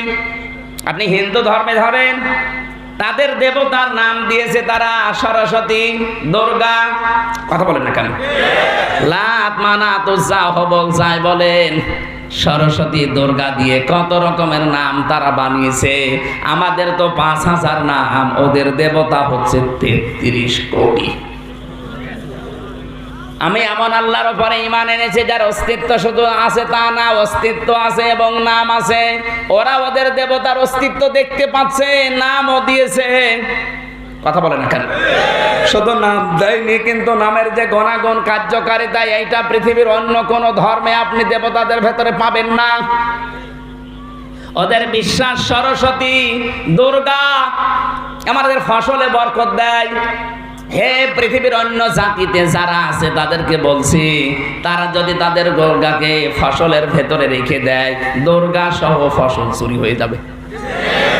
অথচ দুর্গার উপরে বিশ্বাস হচ্ছে ফসলে বরকত দেয়, ও দুর্গা সহ চুরি হয়ে যাবে। আল্লাহর নবীর কাছে এক বেদুইন এসেছে, তার কাঁধের উপরে একটা ভাঙ্গা মূর্তি, নাক ভাঙা। নবীজি জিজ্ঞাসা করলেন এটা কি? বলে হুজুর এটা আমার খোদা। নাক ভাঙা কেন? একটা কারণে ভেঙেছে। এই খোদাকে আমি সব সময় সঙ্গে রাখি, না জানি কখন কোন বিপদে পড়ি, বিপদ থেকে বাঁচার জন্য ওর আমি সঙ্গে রাখি। ১৫০০ বছর আগে এই বেদুইন, এই কাফের না জেনে না বুঝে ওর খোদাকে সঙ্গে রেখেছে বিপদ থেকে বাঁচার জন্য। আর এই ডিজিটাল বাংলাদেশে অনেকে বুঝে শুনে খোদাকে উপরে রেখে দিয়েছে। এই যে বিভিন্ন জায়গায় পোস্টার দেখা যায়, ছবি টাঙিয়েছে, উপরে খোদা নিচে হুদা, হা করি আছে। আমি নাম নাই নিলাম। ওর উদ্দেশ্য এই, অন্তত খোদার ছবি যদি উপরে থাকে, এই এলাকায় আমার উপরে আর কেউ নেই। আপনি ঠিক বলছেন, আন্দাজে না বুঝতে শুনে? বিষয় কিন্তু একই। ১৪০০ বছর ১৫০০ বছর আগে না বুঝে ওর খোদাকে সঙ্গে রাখতো বিপদ থেকে বাঁচার জন্য। আর এখন এই ডিজিটাল বাংলাদেশে আমরা বুঝে শুনে সঙ্গে রাখি। দেখবেন উপরে রেখে দিয়েছে, উপরে খোদা আছে, নিচে হোদা, হা করি আছে, সালাম দিচ্ছে। কত রকমের শুভেচ্ছা, দুর্গা পূজার শুভেচ্ছা অনেক মুসলমান দেয়। যারা কিছু মানুষের সুযোগ সুবিধা নেওয়ার জন্য, পাওয়ার জন্য এই ঘোষণা দিচ্ছেন, সার্বজনীন সনাতন ধর্মে আমরা উপস্থিত হইলাম, আপনার ইমানের ভেতরে অন্তত ভেজাল ঢুকে পড়েছে। সার্বজনীন সনাতন ধর্ম কোনটা?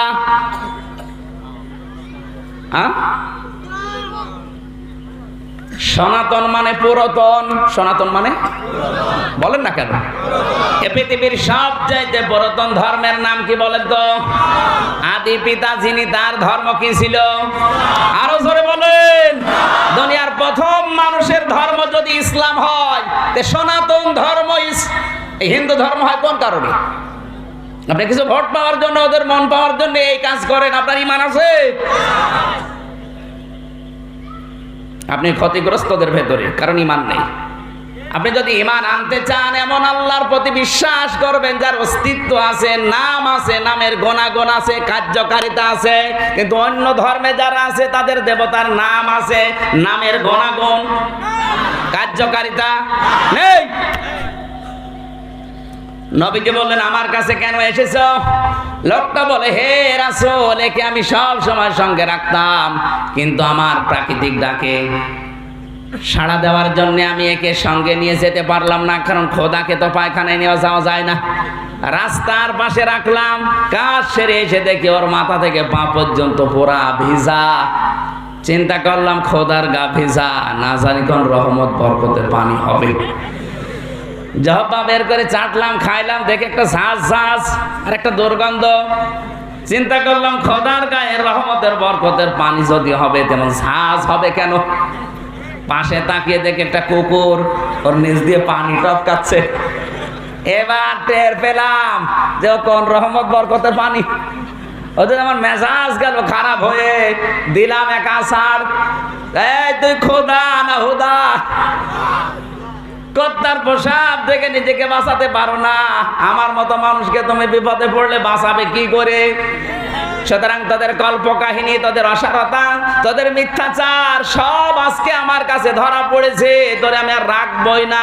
হে নবী, রাগ করে দিয়েছি, আষাঢ় নাক ভেঙে গেছে। হে রাসূল, আপনি আমাকে আসল ধর্ম গ্রহণ করান, এগুলোর সব মিথ্যাচার আমার কাছে প্রমাণ হয়ে গেছে। আসলে এরা মিথ্যা, আসলে এরা বিপদে পড়লে একটাও আমার কাছে আসবে না। আজ যারা খোদাকে উপরে রেখে দিয়ে হোদার মতো হা করে আছেন, বাতাস পরিবর্তন হলে কিন্তু ওইগুলো একটাও কাজে লাগবে না। না বোঝার ভান করে আছেন কারা? হাত তোলেন তো। আলহামদুলিল্লাহ। সুতরাং আমি এমন আল্লাহর উপরে ঈমান এনেছি যার অস্তিত্ব না, এটা ক্লাস চলছে, জবাব দেবে ছাত্রের মতো, যার অস্তিত্ব শুধু অস্তিত্ব আছে না নাম আছে? শুধু নাম আছে না গুণাগুণ আছে? শুধু গুণাগুণ আছে না কার্যকারিতা আছে? আল্লাহ যতগুলো নাম নিয়েছে প্রতিটি নামের গুণাগুণ আল্লাহ দেখিয়েছেন। আমার আল্লাহ রব নাম নিয়েছেন। রব মানে না, রব শব্দের অর্থ হচ্ছে নাই থেকে ধীরে ধীরে নিজ যোগ্যতায় যিনি পূর্ণতায় পৌঁছিয়ে দেন, তার নাম আরবিতে রব। আমরা সবাই কি ছিলাম? নাই। বলেন না কেন? হালাতা আলাল ইনসানি হাইনুম মিনাদ দাহরি লাম ইয়াকুন শাইয়াম মাযকুরা। মানুষের জীবনে কি এমন সময় অতিবাহিত হয়নি যখন সে উল্লেখ করার মতো কিছু ছিল না? আপনি উল্লেখ করার মতো কিন্তু কিছু ছিলেন না। আপনাকে যে উল্লেখ করা যায় যে আমির হামজা, না, এরকম নামও ছিল না। ফালিয়ানজুরিল ইনসানু মিম্মা খুলিকা মিম্মা দাফিক ইয়াখরুজু মিন বাইনিস সুলবি ওয়াত তারাইব। আল্লাহ পাক বলেন, মানুষ কি নজর করে দেখে না তার সৃষ্টির দিকে? কি জিনিস দিয়ে আমি তাকে বানালাম? বাবার স্ফলিঙ্গ দিয়ে দ্রুত গতিতে বের হয়ে যাওয়া এক ফোঁটা নাপাক পানি দিয়ে আমি আল্লাহ তোরে বানিয়েছি। এখানে সলবন আল্লাহ দিয়েছেন 1 বছর, তারাইব দিয়েছেন বহু বছর। ডক্টর মরিস বুকাইলি তার বিজ্ঞান, বাইবেল, কোরআন এই বইতে 34 পৃষ্ঠায় তিনি জবাব দিচ্ছেন সলবন 1 বছর, তারাইব বহু বছর আল্লাহ কেন দিলেন জানো দুনিয়ার মানুষেরা? কারণ পৃথিবীতে মানুষ নিয়ে আসতে বাবার চাইতে মায়ের কষ্ট কমপক্ষে 3 গুণ বেশি হয়। যে পানিটা আপনার মায়ের বিছানায় বাবা দ্রুত গতিতে স্ফলিঙ্গ দিয়ে বের করে দিয়েছিল, ওই নাপাক পানিটা দুনিয়ার মার্কেটে 4 আনাও দাম নেই। বলেন না কেন? এমনকি ফেরি দিলেও কেউ ফেরি দিলে নেবে? বিজ্ঞান এখন তথ্য দিয়েছে বাবার এই 1 ফোঁটা নাপাক পানি যখন মায়ের রেহেমের ভেতরে যায়, বাবার এই লজ্জাস্থান থেকে মায়ের লজ্জাস্থানের এই দূরত্বে যেতে কমপক্ষে 1 ফোঁটার ভেতরে 40,000 রূহ থাকে। কেউ হয়তো মায়ের জরায়ের দেওয়ালের সাথে ধাক্কা লেগেই পড়ে যায়, কেউ ওই পর্যন্ত যাওয়ার আগেই মারা যায়। ফি করারিম মাকিন পর্যন্ত যেতে পারে, হয়তো 1টা 2টা 5টা 7টা 13টা পর্যন্ত দুনিয়ায় গিয়েছে ক্যালিফোর্নিয়া এক মহিলা। তাহলে 1 ফোঁটা নাপাক পানি আমার বাবা মায়ের বিছানায় মাত্র দেওয়ার কারণে 40,000 এই রূহ এর ভেতরে ছিল। 39,999টা পথেই মারা গেছে, বেঁচে ছিলাম শুধু আমি আমির হামজা। আর এনার ধরেন যমজ সন্তান আছে, ওনার 2টা পর্যন্ত বেঁচে ছিল, বাকি 39,999টা পথের ভেতরে মরে গেছে। এই যে নেই থেকে, কি থেকে বলেন বলেন, নাই থেকে ধীরে ধীরে আমার আল্লাহ আমাকে এ পর্যন্ত পৌঁছিয়ে দিচ্ছেন। ওখানে যদি মায়ের রেহেমের ভেতরে আমি জমাট হয়ে থাকতাম, আমাকে আর ওখান থেকে আকর্ষণ করে ফেলে দিতে পারতেন। আল্লাহ পাক বলেন, আমি এই নতফাকে 40 দিন মায়ের রেহেমের ভেতরে আলাকে পরিণত করি। আলাক মানে ঝুলন্ত, আলাক মানে ঝুলন্ত। মায়ের জরায়ের ভেতরে সন্তান 40 দিন ঝুলে থাকে। এই 40 দিনের পরে আমি ওইটা বানাই মদগা, এরপরে চামড়া দেই, এরপরে ওর ভেতরে রক্ত সঞ্চালন করি, হাড় দেই। বিজ্ঞান জানিয়েছে মানুষের শরীরের ভেতরে 206টা হাড় আছে। কত? শুধু হাড়গুলো দিয়েই শেষ করেনি আমার আল্লাহ, বলেন আমি 360টা জয়েন্ট দিয়েছি, জোড়া দিয়েছি, যেন বান্দা বসতে পারে, ধরতে পারে। আর সবচেয়ে বড় আশ্চর্য, যত জায়গায় হাড় আছে তত জায়গায় চামড়া জড়ো করা আছে। যত জায়গায় দেখবেন জয়েন্ট দেওয়া আছে, ওখানে চামড়া একটু বাড়ানো আছে, যেন কিছু ধরতে গেলে আপনার চাপ না লাগে, টান না লাগে। আমার এই 3.5 হাত বডির ভেতরে কমপক্ষে চামড়ায় আছে 9,768 প্রকার। এতগুলো চামড়া দিয়েছেন আল্লাহ। শুধু তা না, আরো আশ্চর্য, কোন জায়গার চামড়ার সাথে কোন জায়গা মেলে না। চামড়া কিন্তু মনে হচ্ছে একই, মুখের চামড়া হাতের চামড়া প্রায় একই দেখতে, কিন্তু আমাদের হাতে শীত লাগলে হাত মোজা পাওয়া যায়, কানে শেকলাতে কান মোজা পাওয়া যায়, আজ পর্যন্ত মুখ মোজা পাওয়া যায়, চামড়া তো একই। আল্লাহ পাক বলেন চামড়া এক, কিন্তু গুণাগুণ আলাদা দিয়েছি, তাও দু এক প্রকার না, ৯,৭৬৮ প্রকার চামড়া দিয়েছি তোর শরীরে। আর একটা আশ্চর্য হচ্ছে, কোন জায়গার চামড়া কোন জায়গার সাথে তো মিল নেই, এমনকি তোর চামড়া তোর বাবার সাথেও মিলবে না। আমার বাবার চামড়া যদি কেটে যায়, ফেটে যায়, ছিঁড়ে যায়, আমার চামড়া নিয়ে লাগিয়ে দেবেন, বাবার চামড়া কিয়ামতের আগে ভালো হবে না, আর পছন্দ করবে। আমি ডাক্তারদের কাছে থাকি সবসময়, আমি দেখেছি পরীক্ষা করে, এনার চামড়া যদি কেটে যায় আমার চামড়া লাগিয়ে দেবেন, চামড়া তো লাগবেই না, আরো পছন্দ ধরবে, ওই জায়গা নষ্ট হয়ে যাবে। ওনার চামড়া যদি ভালো বানাতে হয়, ওনার শরীরের আর কোন জায়গার চামড়া এনে লাগাবেন, ভালো হয়ে যাবে। আল্লাহ বোঝাতে চাই, বান্দা তোর চামড়ায় ওর সাথে মেলে না, আর কিয়ামতের দিন তোর বোঝাও বহন করবে, পাপের বোঝা। ও তোরে বলে তুই বিশ্বাস করিস, ও তো ভণ্ড আর তুই পাগল। কথা বলেন না, এরকম ভণ্ড দেশে নেই? কত মানুষকে ধোকা দিয়ে বোকা বানিয়ে আজ এই ঘোষণাও দিয়েছে তোর কোনো চিন্তা নেই, বাবা আছে, সে যে বাকি হয় হোক। এগুলো বেশি চলে মাদারীপুর শরীয়তপুরের এই লাইনে। মাদারি না, শরীয়তপুরের নড়িয়ায় একবার গিয়েছিলাম 17 সালে। আমার কর্তৃপক্ষ বলছে, হুজুর এখানে আল্লাহর ওলি আছে, সুরেশ্বরে পীর। যে দেখি পাগড়ি মাথায় দিয়ে একজন গেটে বসে আছে, চেয়ারে দেখে মনে হচ্ছে যে জান্নাত থেকে পালিয়ে এসেছে। মনে মনে বলছে এত ভালোই লাগে দেখতে। হঠাৎ লোকটা জবাব দিচ্ছে, হুজুর আমার মাথায় পাগড়ি, তাতে কি? ভেতরে যে বাবা আছে, ও বাবা কিন্তু ঠিকই ন্যাংটা। ভেতরে যে দেখি সত্যি কিচ্ছু নেই, পোড়াটা বসে আছে, তাকানো একবার পর তাকানো যাচ্ছে না। দাঁত ঠিটমিট করছে আর বলছে, হুজুর ঘেন্না করবেন না, আমার ভেতরে মাল আছে। মাল আছে সব তো দেখা যাচ্ছে, নতুন মাল দেখাও, এ মাল তো সবার আছে। ও মাল সবার নেই, মানুষ মনে করে ওইটাই মাল, আর ওই এলাকায় ছড়িয়ে দিয়েছে, ওই এলাকার মানুষের চিন্তা নেই, বাবা। কত মানুষ আবেগে পাগল হয়ে কত কিছু দিয়ে আসতেছে, আমি জিনিসগুলোর নাম নাই বললাম। গরু ছাগল দিলেও তো হয়তো বউ পর্যন্ত দিয়ে আসছে না। এখানে আপনাকে সতর্ক থাকা লাগবে। ওয়ালা তাসিরু ওয়াসিরাতু ওয়াসরা উখরা, কিয়ামতে কেউ কারো বোঝা বহন করবে না, তার প্রমাণ আপনার এই চামড়া।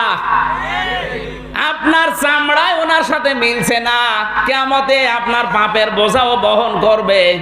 আপনার বিবেক নেই, আর কিয়ামতের দিন তো আপনি কাউকে সঙ্গে পাবেন না। কিয়ামতে আপনি আল্লাহর সামনে উঠবেন স্রেফ একা একা। অকুল্লুহুম আতিহি ইয়াউমাল কিয়ামাতি ফারদা। সূরা মরিয়মের 95 নম্বর আয়াতে আল্লাহ বলেন, কিয়ামতের দিন প্রতিটি মানুষকে আমি আল্লাহ ডাক দেব একা একা। কয়জন করি? বলেন বলেন। কেউ থাকবেন আপনার সাথে, একা একা থাকবেন। অথচ ভারত আর বাংলাদেশে কত পীর নামে ভণ্ড এটা ছড়িয়েই দিয়েছে। কিয়ামতের দিন নাকি এক একজন পীর 70,000 90,000 মুরিদ নিয়ে উঠবে, সব মিথ্যা কথা। সে জানিয়ে যায় যাক। কিয়ামতের ময়দান হবে তামার ময়দান। কিসে? সেখানে জাহাজ চলবে, নৌকা চলবে, একই কক্সবাজারের সমুদ্র সৈকত পেয়েছে। এগুলো সব বানোয়াট ভাই, সব ওদের ধান্দায় ওরা বানিয়েছে। এ কথা বিশ্বাস করলেও আপনি বিপদে পড়বেন। কেন বিপদে পড়বেন? কিয়ামতের ওই কঠিন ময়দানে ফাকাই ফাতাত্তাকুনা ইন কাফারতুম ইয়াউমা ইয়াজালুল ওয়িলদানা শিবা, এত জালজালা অবস্থা আল্লাহ বানাবে, যুবক মানুষ বুড়ো হয়ে যাবে। ঈসা নবী বলবে, আল্লাহ আমার মা মরিয়মের ব্যাপারে তোমার যা ভালো লাগে করো, কিন্তু তুমি আমাকে কিছু বলবা না, আমারে বাঁচাও। ইব্রাহিম নবী বলবে, আল্লাহ আমার বাবা আজরের ব্যাপারে কোনো প্রশ্ন তোমার কাছে নেই, যা ভালো লাগে করো, কিন্তু তুমি আমারে বাঁচাও। চিন্তা করেন, এত বড় বড় পাওয়ারফুল নবীরা যেখানে কুল কিনারা পাচ্ছে না। ইয়াউমা ইয়াফিরুল মারউ মিন আখিহি ওয়া উম্মিহি ওয়া আবিহি ওয়া সাহিবাতিহি ওয়া বানি।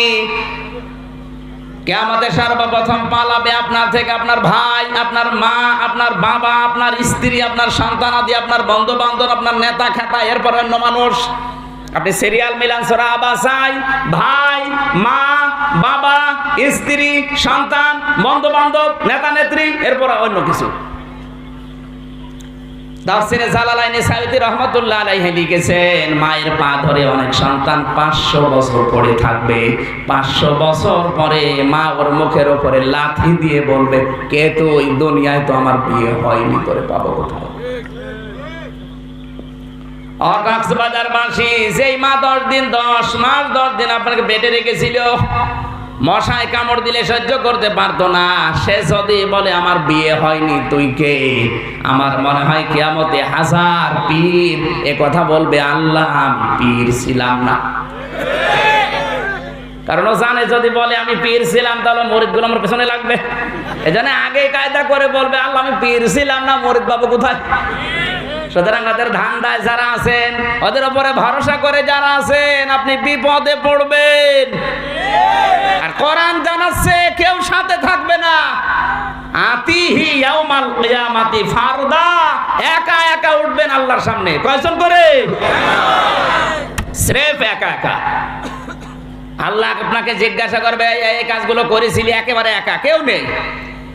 আমার মাঝে মাঝে আয়াতটা যখন ফারদা শব্দটার সামনে আসে, একা থাকলে আমার মনে হয় মহান আল্লাহ যদি আমাকে কিয়ামতে বলে, আমির হামজা 2021 সালের জানুয়ারি মাসের 31 তারিখ পর্যন্ত তোরে মাফ করে দিলাম, যা শুধুমাত্র ফেব্রুয়ারির 1 থেকে 25 এই 25 দিনের হিসাব দিয়ে তুই জান্নাতে চলে যা। আমার তো যতটুকু কনফিডেন্স, ধারণা, আমার এই 25 দিনেরও ঠিকঠাক হিসাব দেওয়া সম্ভব না। আপনি তো পারবেন, হ্যাঁ হ্যাঁ আপনি পারবেন। আপনার যে টুপি, সুন্দর টুপি, আপনি পারবেন। অত সোজা।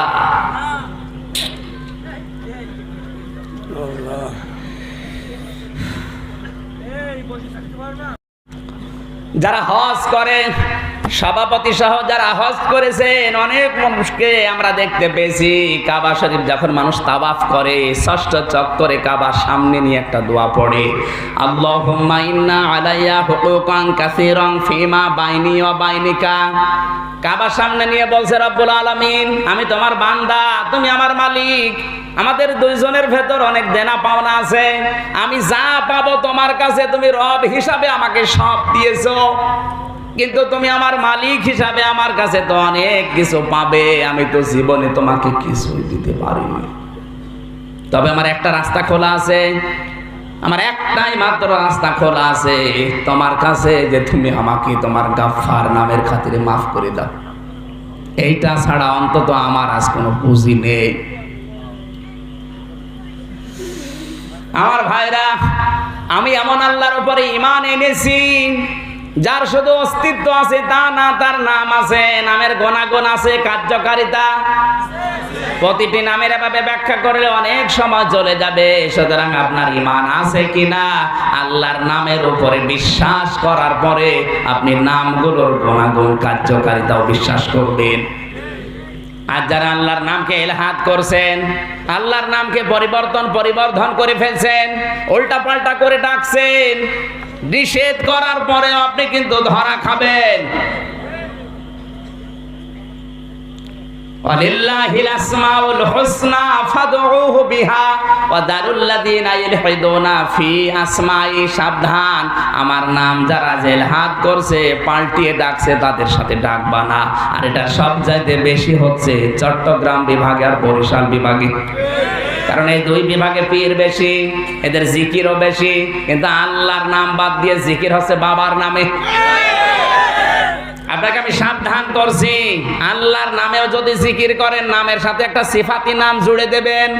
শুধু আকবার আকবার বললে জিকির হয় না, আল্লাহু আকবার, কথা বুঝতেছেন? শুধু সুবহান সুবহান বললে জিকির হয় না, সুবহান আল্লাহ। শুধু আলহামদ আলহামদ বললে হবে না, আলহামদুলিল্লাহ।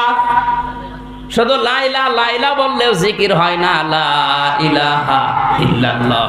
শুধু ইল্লাল্লাহ ইল্লাল্লাহ বললেও জিকির হয় না, লা ইলাহা ইল্লাল্লাহ বলা লাগবে। এটাতে বলা লাগবে, তার কাজ প্রমাণ কি? সূরা আনাম 115 নম্বর আয়াত 8 নম্বর পারা 1ম নম্বর পৃষ্ঠা 10 নম্বর লাইনে আছে, ওয়া তাম্মাত কালিমাতু রাব্বিকা সিদকাও ওয়া আদলা লা মুবাদদিলা লিকালিমাতিহি ওয়া হুয়াস সামিউল আলিম। জোরে বলেন আল্লাহু আকবার। এত দলিল দিয়েও যদি এখন আল্লাহর নাম উল্টা পাল্টা করে আপনি জিকির করেন, আল্লাহর কসম আপনি আল্লাহর প্রতি ঈমান আনেননি। আমি এমন আল্লাহর উপর ঈমান এনেছি যার শুধু নাম আছে না, তার কুদরত আছে। কি আছে? কুদরত মানে ক্ষমতা। কুদরত মানে আমার আল্লাহর ক্ষমতা আছে না নেই? আরো জোরে বলেন। আল্লাহর যে ক্ষমতা আছে তার প্রমাণ কি? এই যে কক্সবাজার, মহান আল্লাহ পাকের যে ক্ষমতা, ওই ঢের দিকে তাকাবেন। উনি যদি ইচ্ছা করে 50 ফিট উঁচু করে একবারে যদি একটা ঢেউ দেয়, এই চট্টগ্রাম বিভাগ থাকবে? আল্লাহর যে ক্ষমতা, যে পাওয়ার, ওর সামনে পৃথিবী কিচ্ছু না। খলিকাল ইনসানু দাঈফা, মানুষকে আমি বানিয়েছি তো একেবারেই দুর্বল করে। শুধু দুর্বল না, দাঈফ মানে দুর্বল, দাঈফা মানে একেবারেই দুর্বল। মানুষ যে কত দুর্বল, কত অসহায়। গরুর দিকে তাকান, একটা গরু 70 বছর বয়স, চশমা লাগে? বলেন। আর এই যে 50 বছরের চশমা, 70 বছর যেতে চশমা দুটো লাগবে। কত দুর্বল করে আল্লাহকে বানিয়েছে। আর এই মানুষেরই ক্ষমতা দেখে কে? যে যখন চেয়ারে থাকে সে তখন গিয়ারে থাকে। এই যে আমি এখন চেয়ারে আছি, আমি কিন্তু গিয়ারে আছি। আমার মনে হচ্ছে চেয়ার থেকে আর নামা লাগবে না, অথচ 20 মিনিট পরে নামা লাগবে না। কত বছর এখন সভাপতি চেয়ারে আছে, মনে করছেন নামা লাগবে না, লাগবে না। এরপরে তাহাজ্জুদের নামাজ, ফজরের নামাজ, সকালে কর্মজীবন নামাই লাগবে। চেয়ার মানে আমি যে চেয়ার, এই চেয়ার, ওই যে ওই চেয়ারের কথা বলছি। অনেকে মনে করছে যে ওই চেয়ার, ওই চেয়ারের কথা বলে আমি মায়ের খাবো। ও চেয়ার তো 41 সাল। কয় সাল? 41 সালের আগে ও চেয়ারের কোনো পরিবর্তন। পৃথিবীর কোন চেয়ার স্থায়ী না, একটা চেয়ার স্থায়ী। সেটা কোনটা? হ্যাঁ না, সেটা প্রধানমন্ত্রীর চেয়ার।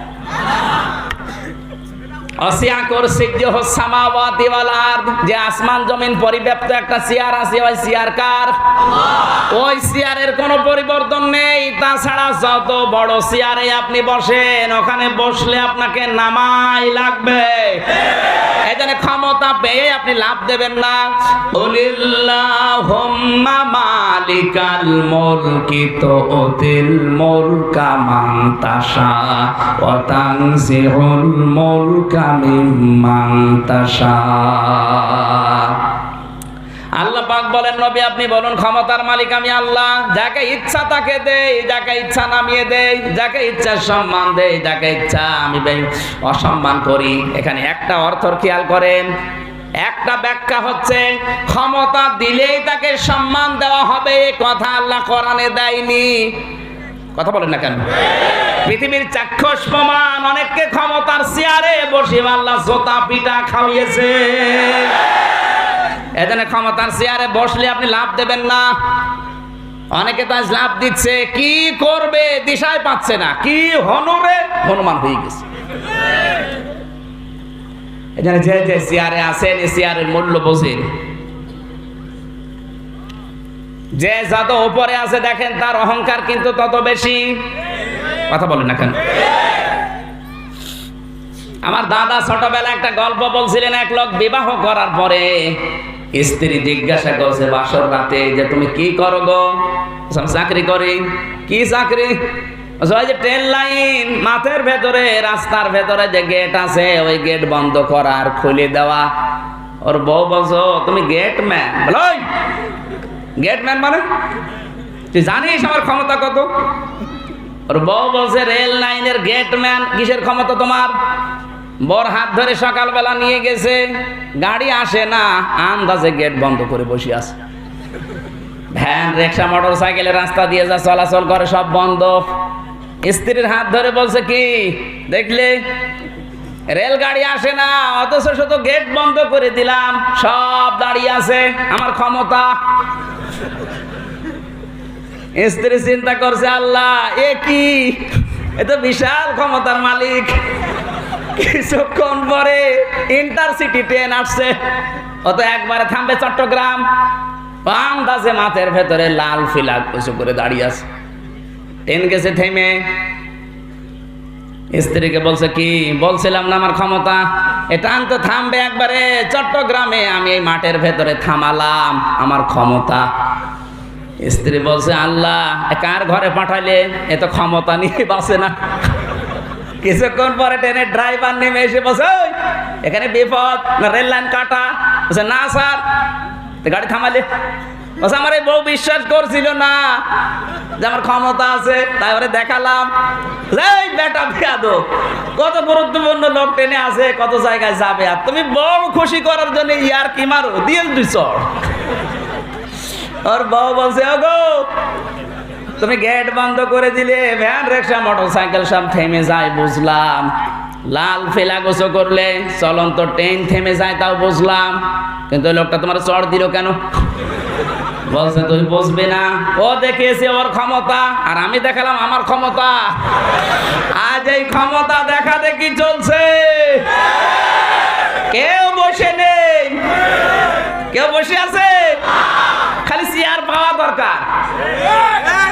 পুলিশও বসে নেই, কথা বলা লাগবে। কক্সবাজারের ঈদগাহ থানা বলে একটা থানা আছে না, ঠুকো নাম বলে ফেলেছি, আমি নাম না বলাই ভালো।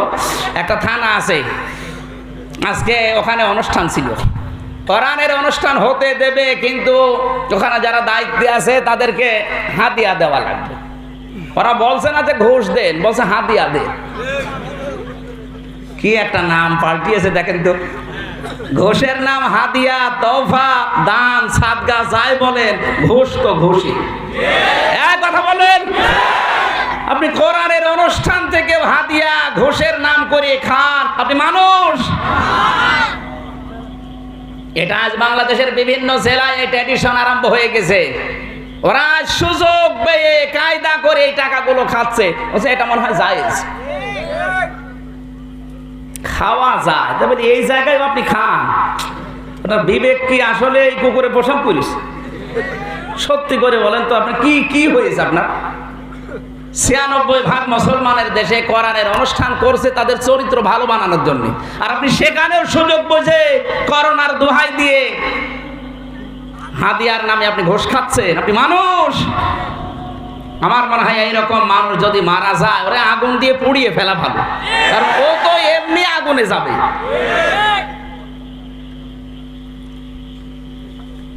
উপন্যাস পড়েছিলাম ছোটবেলায়, আমি খুব উপন্যাস পড়েছি, বিশ্ববিদ্যালয়ে থাকাকালীন খুব উপন্যাস পড়েছি।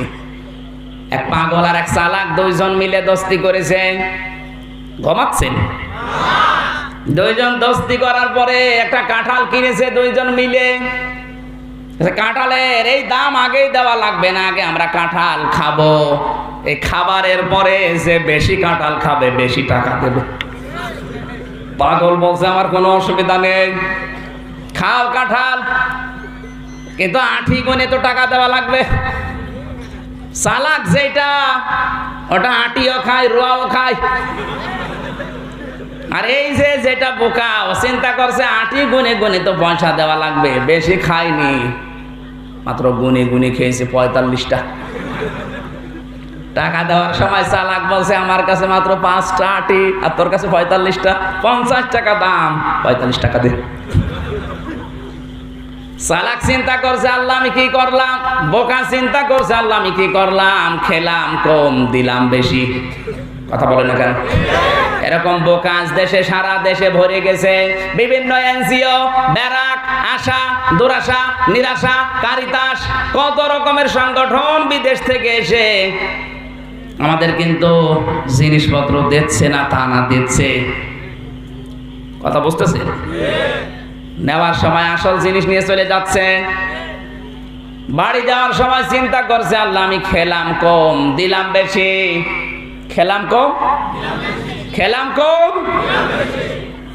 100 টাকা ছেড়ে রাখে 120 টাকা মাসে মাসে পায়। 100 টাকা নিয়েছে, 1 মাস পরে 120 টাকা দেওয়া লাগবে, এরকম বোকা দেশে নেই। সে ব্যাংকিং ব্যবস্থার মাধ্যমে, প্রতিষ্ঠানের মাধ্যমে, ব্যক্তিগতভাবে অনেকে, না এলাকায় সুদ নেই। আর চালাক যেটা ওটা আনন্দ করে আল্লাহ আমি খেলাম বেশি দিলাম কম। 100 টাকা দিয়ে রেখেছিলাম, 1 মাস পরে 120 টাকা করে পাচ্ছি। হঠাৎ পূর্ব আকাশে মেঘ ডাক মারে, ওর পেটের ভেতরও ডাক মারে। ডাক্তাররা বলেছে 3টা জিনিস পেটের ভেতরে হজম হয় না, একটা মাথার চুল, আর কাঁঠালের আটি, আর পাট কাটি। এই হজম হওয়ার বুদ্ধি পেটের ভেতরে নেই। যে উপরে ডাক মারে ওর পেটের ভেতরেও ডাকে। পায়খানায় যাবে না, যে ঘরের পেছনে ছিল মাছা ওর নিচে বসে কাজ করে চলে এসেছে। পেটে তো কিছু নেই, সারা রাত ঘুমিয়েছে। সকালবেলা ওর বউ তরকারি রান্না করার জন্য ডালার কাছে গিয়ে দেখে তরকারি নেই। মাছার উপরে তাকিয়ে দেখে তাও নেই। যেই নিচের দিকে তাকিয়েছে দেখছে 1 ঢিপ কাঁঠালের আটি। ডাক দিয়ে বলছে রব্বুল আলামিন আমি নামাজ পড়েছি, এই জন্য মনে হয় তুমি বরকত দিয়েছো। তাড়াতাড়ি ওইগুলো নিয়ে এসেছে, গরম পানি দিয়ে সিদ্ধ করে ভর্তা বানিয়ে ওকে সকালে দিয়েছে। ওর তো সারা রাত পেটে খাবার নেই, ক্ষুধা। বিসমিল্লাহ ছাড়াই 2 থালা খেয়েছে। খাবার শেষ করার পরে ওর হুঁশ এসেছে, ডাক দিয়ে বলো বউ এবছর তুমি কাঁঠাল কিনি নাই, তুমি কাঁঠাল পেলে কোথায়? বলে শুকরিয়া আদায় করো, তুমি কাঁঠাল না কিনলে কি হবে, আল্লাহ তো বসে নেই।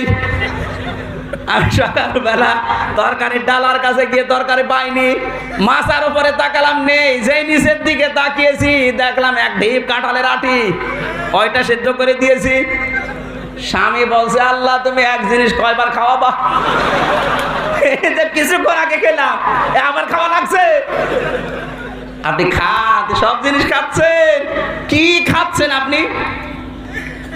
চেয়ার পেয়ে এইভাবে অপব্যবহার চেয়ারের, আপনাকে আল্লাহ রাখবে না। চেয়ারের অপব্যবহার আজ যারা করছে তাদের একটাকেও আল্লাহ শান্তিতে রাখে নাই। বাস্তব প্রমাণ কিন্তু এ দেশে অনেকের নাম আছে, আমি নাম নাই নিলাম। একটা নাম বলেই ফেলি, আমাদের কুষ্টিয়ার সাবেক এসপি। মানুষের হয় প্রমোশন, ওর হয় ডিমোশন। চেয়ার পেয়ে মাথা ঠিক ছিল না। লেখাপড়া করে বিসিএস ক্যাডার হয়ে যদি এসপি হওয়া লাগতো আপনাদের কক্সবাজারের হাসানুজ্জামানের মতো, তাহলে টের পেত। কোটায় কোটায় এসেছে, পড়াশোনা তো করা লাগেনি, কোটায় কোটায় এসে ওই জায়গা পেয়ে ধরাকে সরা পুরা কুষ্টিয়া মনে করছে সব আমার বাবা। এমন এমন বক্তব্য দিয়েছে আলেমদের বিরুদ্ধে, পৃথিবীর ইতিহাসে মনে হয় এত নিকৃষ্ট ভাষা কেউ আলেমদের বিরুদ্ধে বলে। আল্লাহ সহ্য করে না। চেয়ারের গরম আল্লাহ দুনিয়ায় মিটিয়ে দিয়েছে, ওর চেয়ারের উপরে ওঠা জীবনের মতো শেষ। মানুষ ওঠে উপরে, ওরে আল্লাহ নামে নিছি। এখন বরিশালের মেট্রোপলিটনে একজনের আন্ডারে শুধু বসে বসে সই করবে, কোনো কাজ না। এখান থেকে শিক্ষা নেওয়া দরকার। 1734টা চেয়ার বাংলাদেশে এখন মেন চেয়ার কয়টা? 1734টা চেয়ার আছে। আমাদের প্রধানমন্ত্রী থেকে শুরু করে আপনাদের উপজেলা চেয়ারম্যান এখানে যিনি আছেন, কি যেন নাম, কায়সারুল হক জুয়েল ভাই, এই লোকটা পর্যন্ত 1734টা মেন চেয়ার এই 56,000 বর্গ মাইলের এই দেশে আছে। এই 1734টা চেয়ার যেদিন হযরত ওমরের চেয়ারের মতো হবে, এই দেশ তখন মিনি জান্নাত হতে বেশি দেরি লাগবে না। আর এইগুলো যদি আবু জেহেলের মতো চেয়ার হয়, কিয়ামতের আগে দেশ জান্নাত হবে না। আমি এমন আল্লাহর উপরে ঈমান এনেছি যার ক্ষমতা আছে, কুদরত আছে, শুধু তা না, আমার এমন আল্লাহর উপরে ঈমান আছে যার আইন তৈরি করার ক্ষমতা আছে। আল্লাহর আইন দেওয়ার ক্ষমতা আছে না নেই? আরো জোরে বলেন। ইয়াসআলুনাকা, মানুষ যদি প্রশ্ন করে আপনার কাছে, আনিল আমরি, আইন তৈরি করার কোন ক্ষমতা আমাদের আছে? হে নবী আপনি বলেন না, বলিন্নাল আমরা কুল্লাহু লিল্লাহ, আইন তৈরি করতে পারে শুধুমাত্র আল্লাহ। আল্লাহর আইনের ব্যাপারে কথা বললে যাদের কাছে রাজনীতি মনে হয় ওদের ইমানের ভেতরে অ্যালার্জি আছে। যাদের শরীরে অ্যালার্জি আমির হামজার কথা না, মাহমুদুল হকের কথা না, আমার মনে হয় ওরে যারে অ্যালার্জি ওরে যদি আমেরিকার বাগুন খাওয়ান তা ওর চুলকাবে। কোরআনের আইনের কথা বললে যে মানুষগুলো রাজনীতি মনে করেন অবশ্যই আপনার ইমানে অ্যালার্জি আছে। আপনার আগে ঔষধ দেওয়া লাগবে না। বেগুন আমেরিকান না, বাংলাদেশের না, জান্নাতের বেগুন খাওয়ালে চুলকাবে আপনার। এই জন্য আপনাকে সাবধান করছি, কোরআনের আইন তৈরি করতে না, আইন তৈরি করতে পারে শুধুমাত্র আল্লাহ। কে? কোরআনে আল্লাহ আইন দিয়েছেন 500, শরীয়তের বিধান কয়টা? আরো জোরে বলেন। দুঃখজনক হলো সত্য, 96% মুসলমানের এই দেশে আল্লাহর একটা আইনের কার্যকারিতা নেই। কিছু কিছু আছে মুখে মুখে, কিন্তু বাস্তবে নেই। অথচ আমরা ফতোয়াবাজি যেগুলো নিয়ে করছি, মরণের পরে যদি আল্লাহ আপনাকে জিজ্ঞাসা করবে ওয়াইন্না হুলা যিকরুল্লাকা ওয়া লিকাওমিকা ওয়া সাওফা তুসআলুন, এই আমার কোরআনের আইন মানা হয়েছে কিনা এটা বল। আপনি কি জবাব দেবেন বলেন তো? আপনি যে রাজনীতি মনে করে মন খারাপ করেন, আল্লাহর উপরে ঈমান আনতে হলে কয়টা শর্ত বললাম?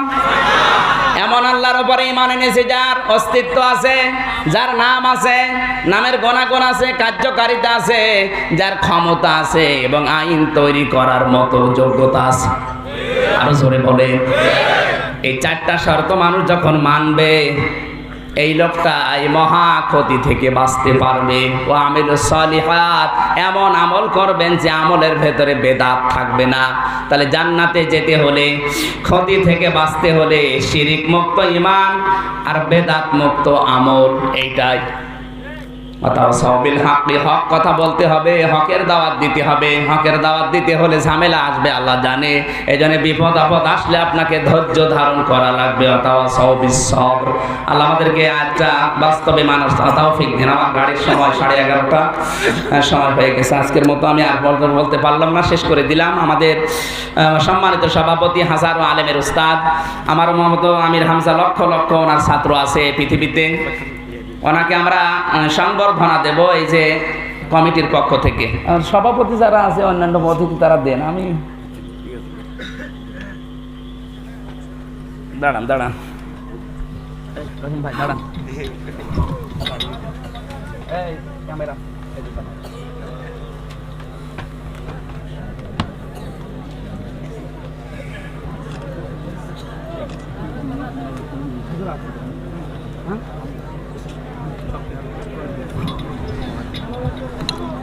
সম্মানিত ভাইরা, আমার গাড়ির সময় হয়ে গেছে। আমার কালকে মাহফিল ঝিনাইদা শৈলকুপা থানার ভেতরে, এখন না গেলে আমি পাবো না, এই জন্য আমি শেষ করে দিলাম। আগামীতে কোনো জায়গায় আসলে আর একটু আগে উঠবো ইনশাআল্লাহ। আল্লাহুম্মা আমিন।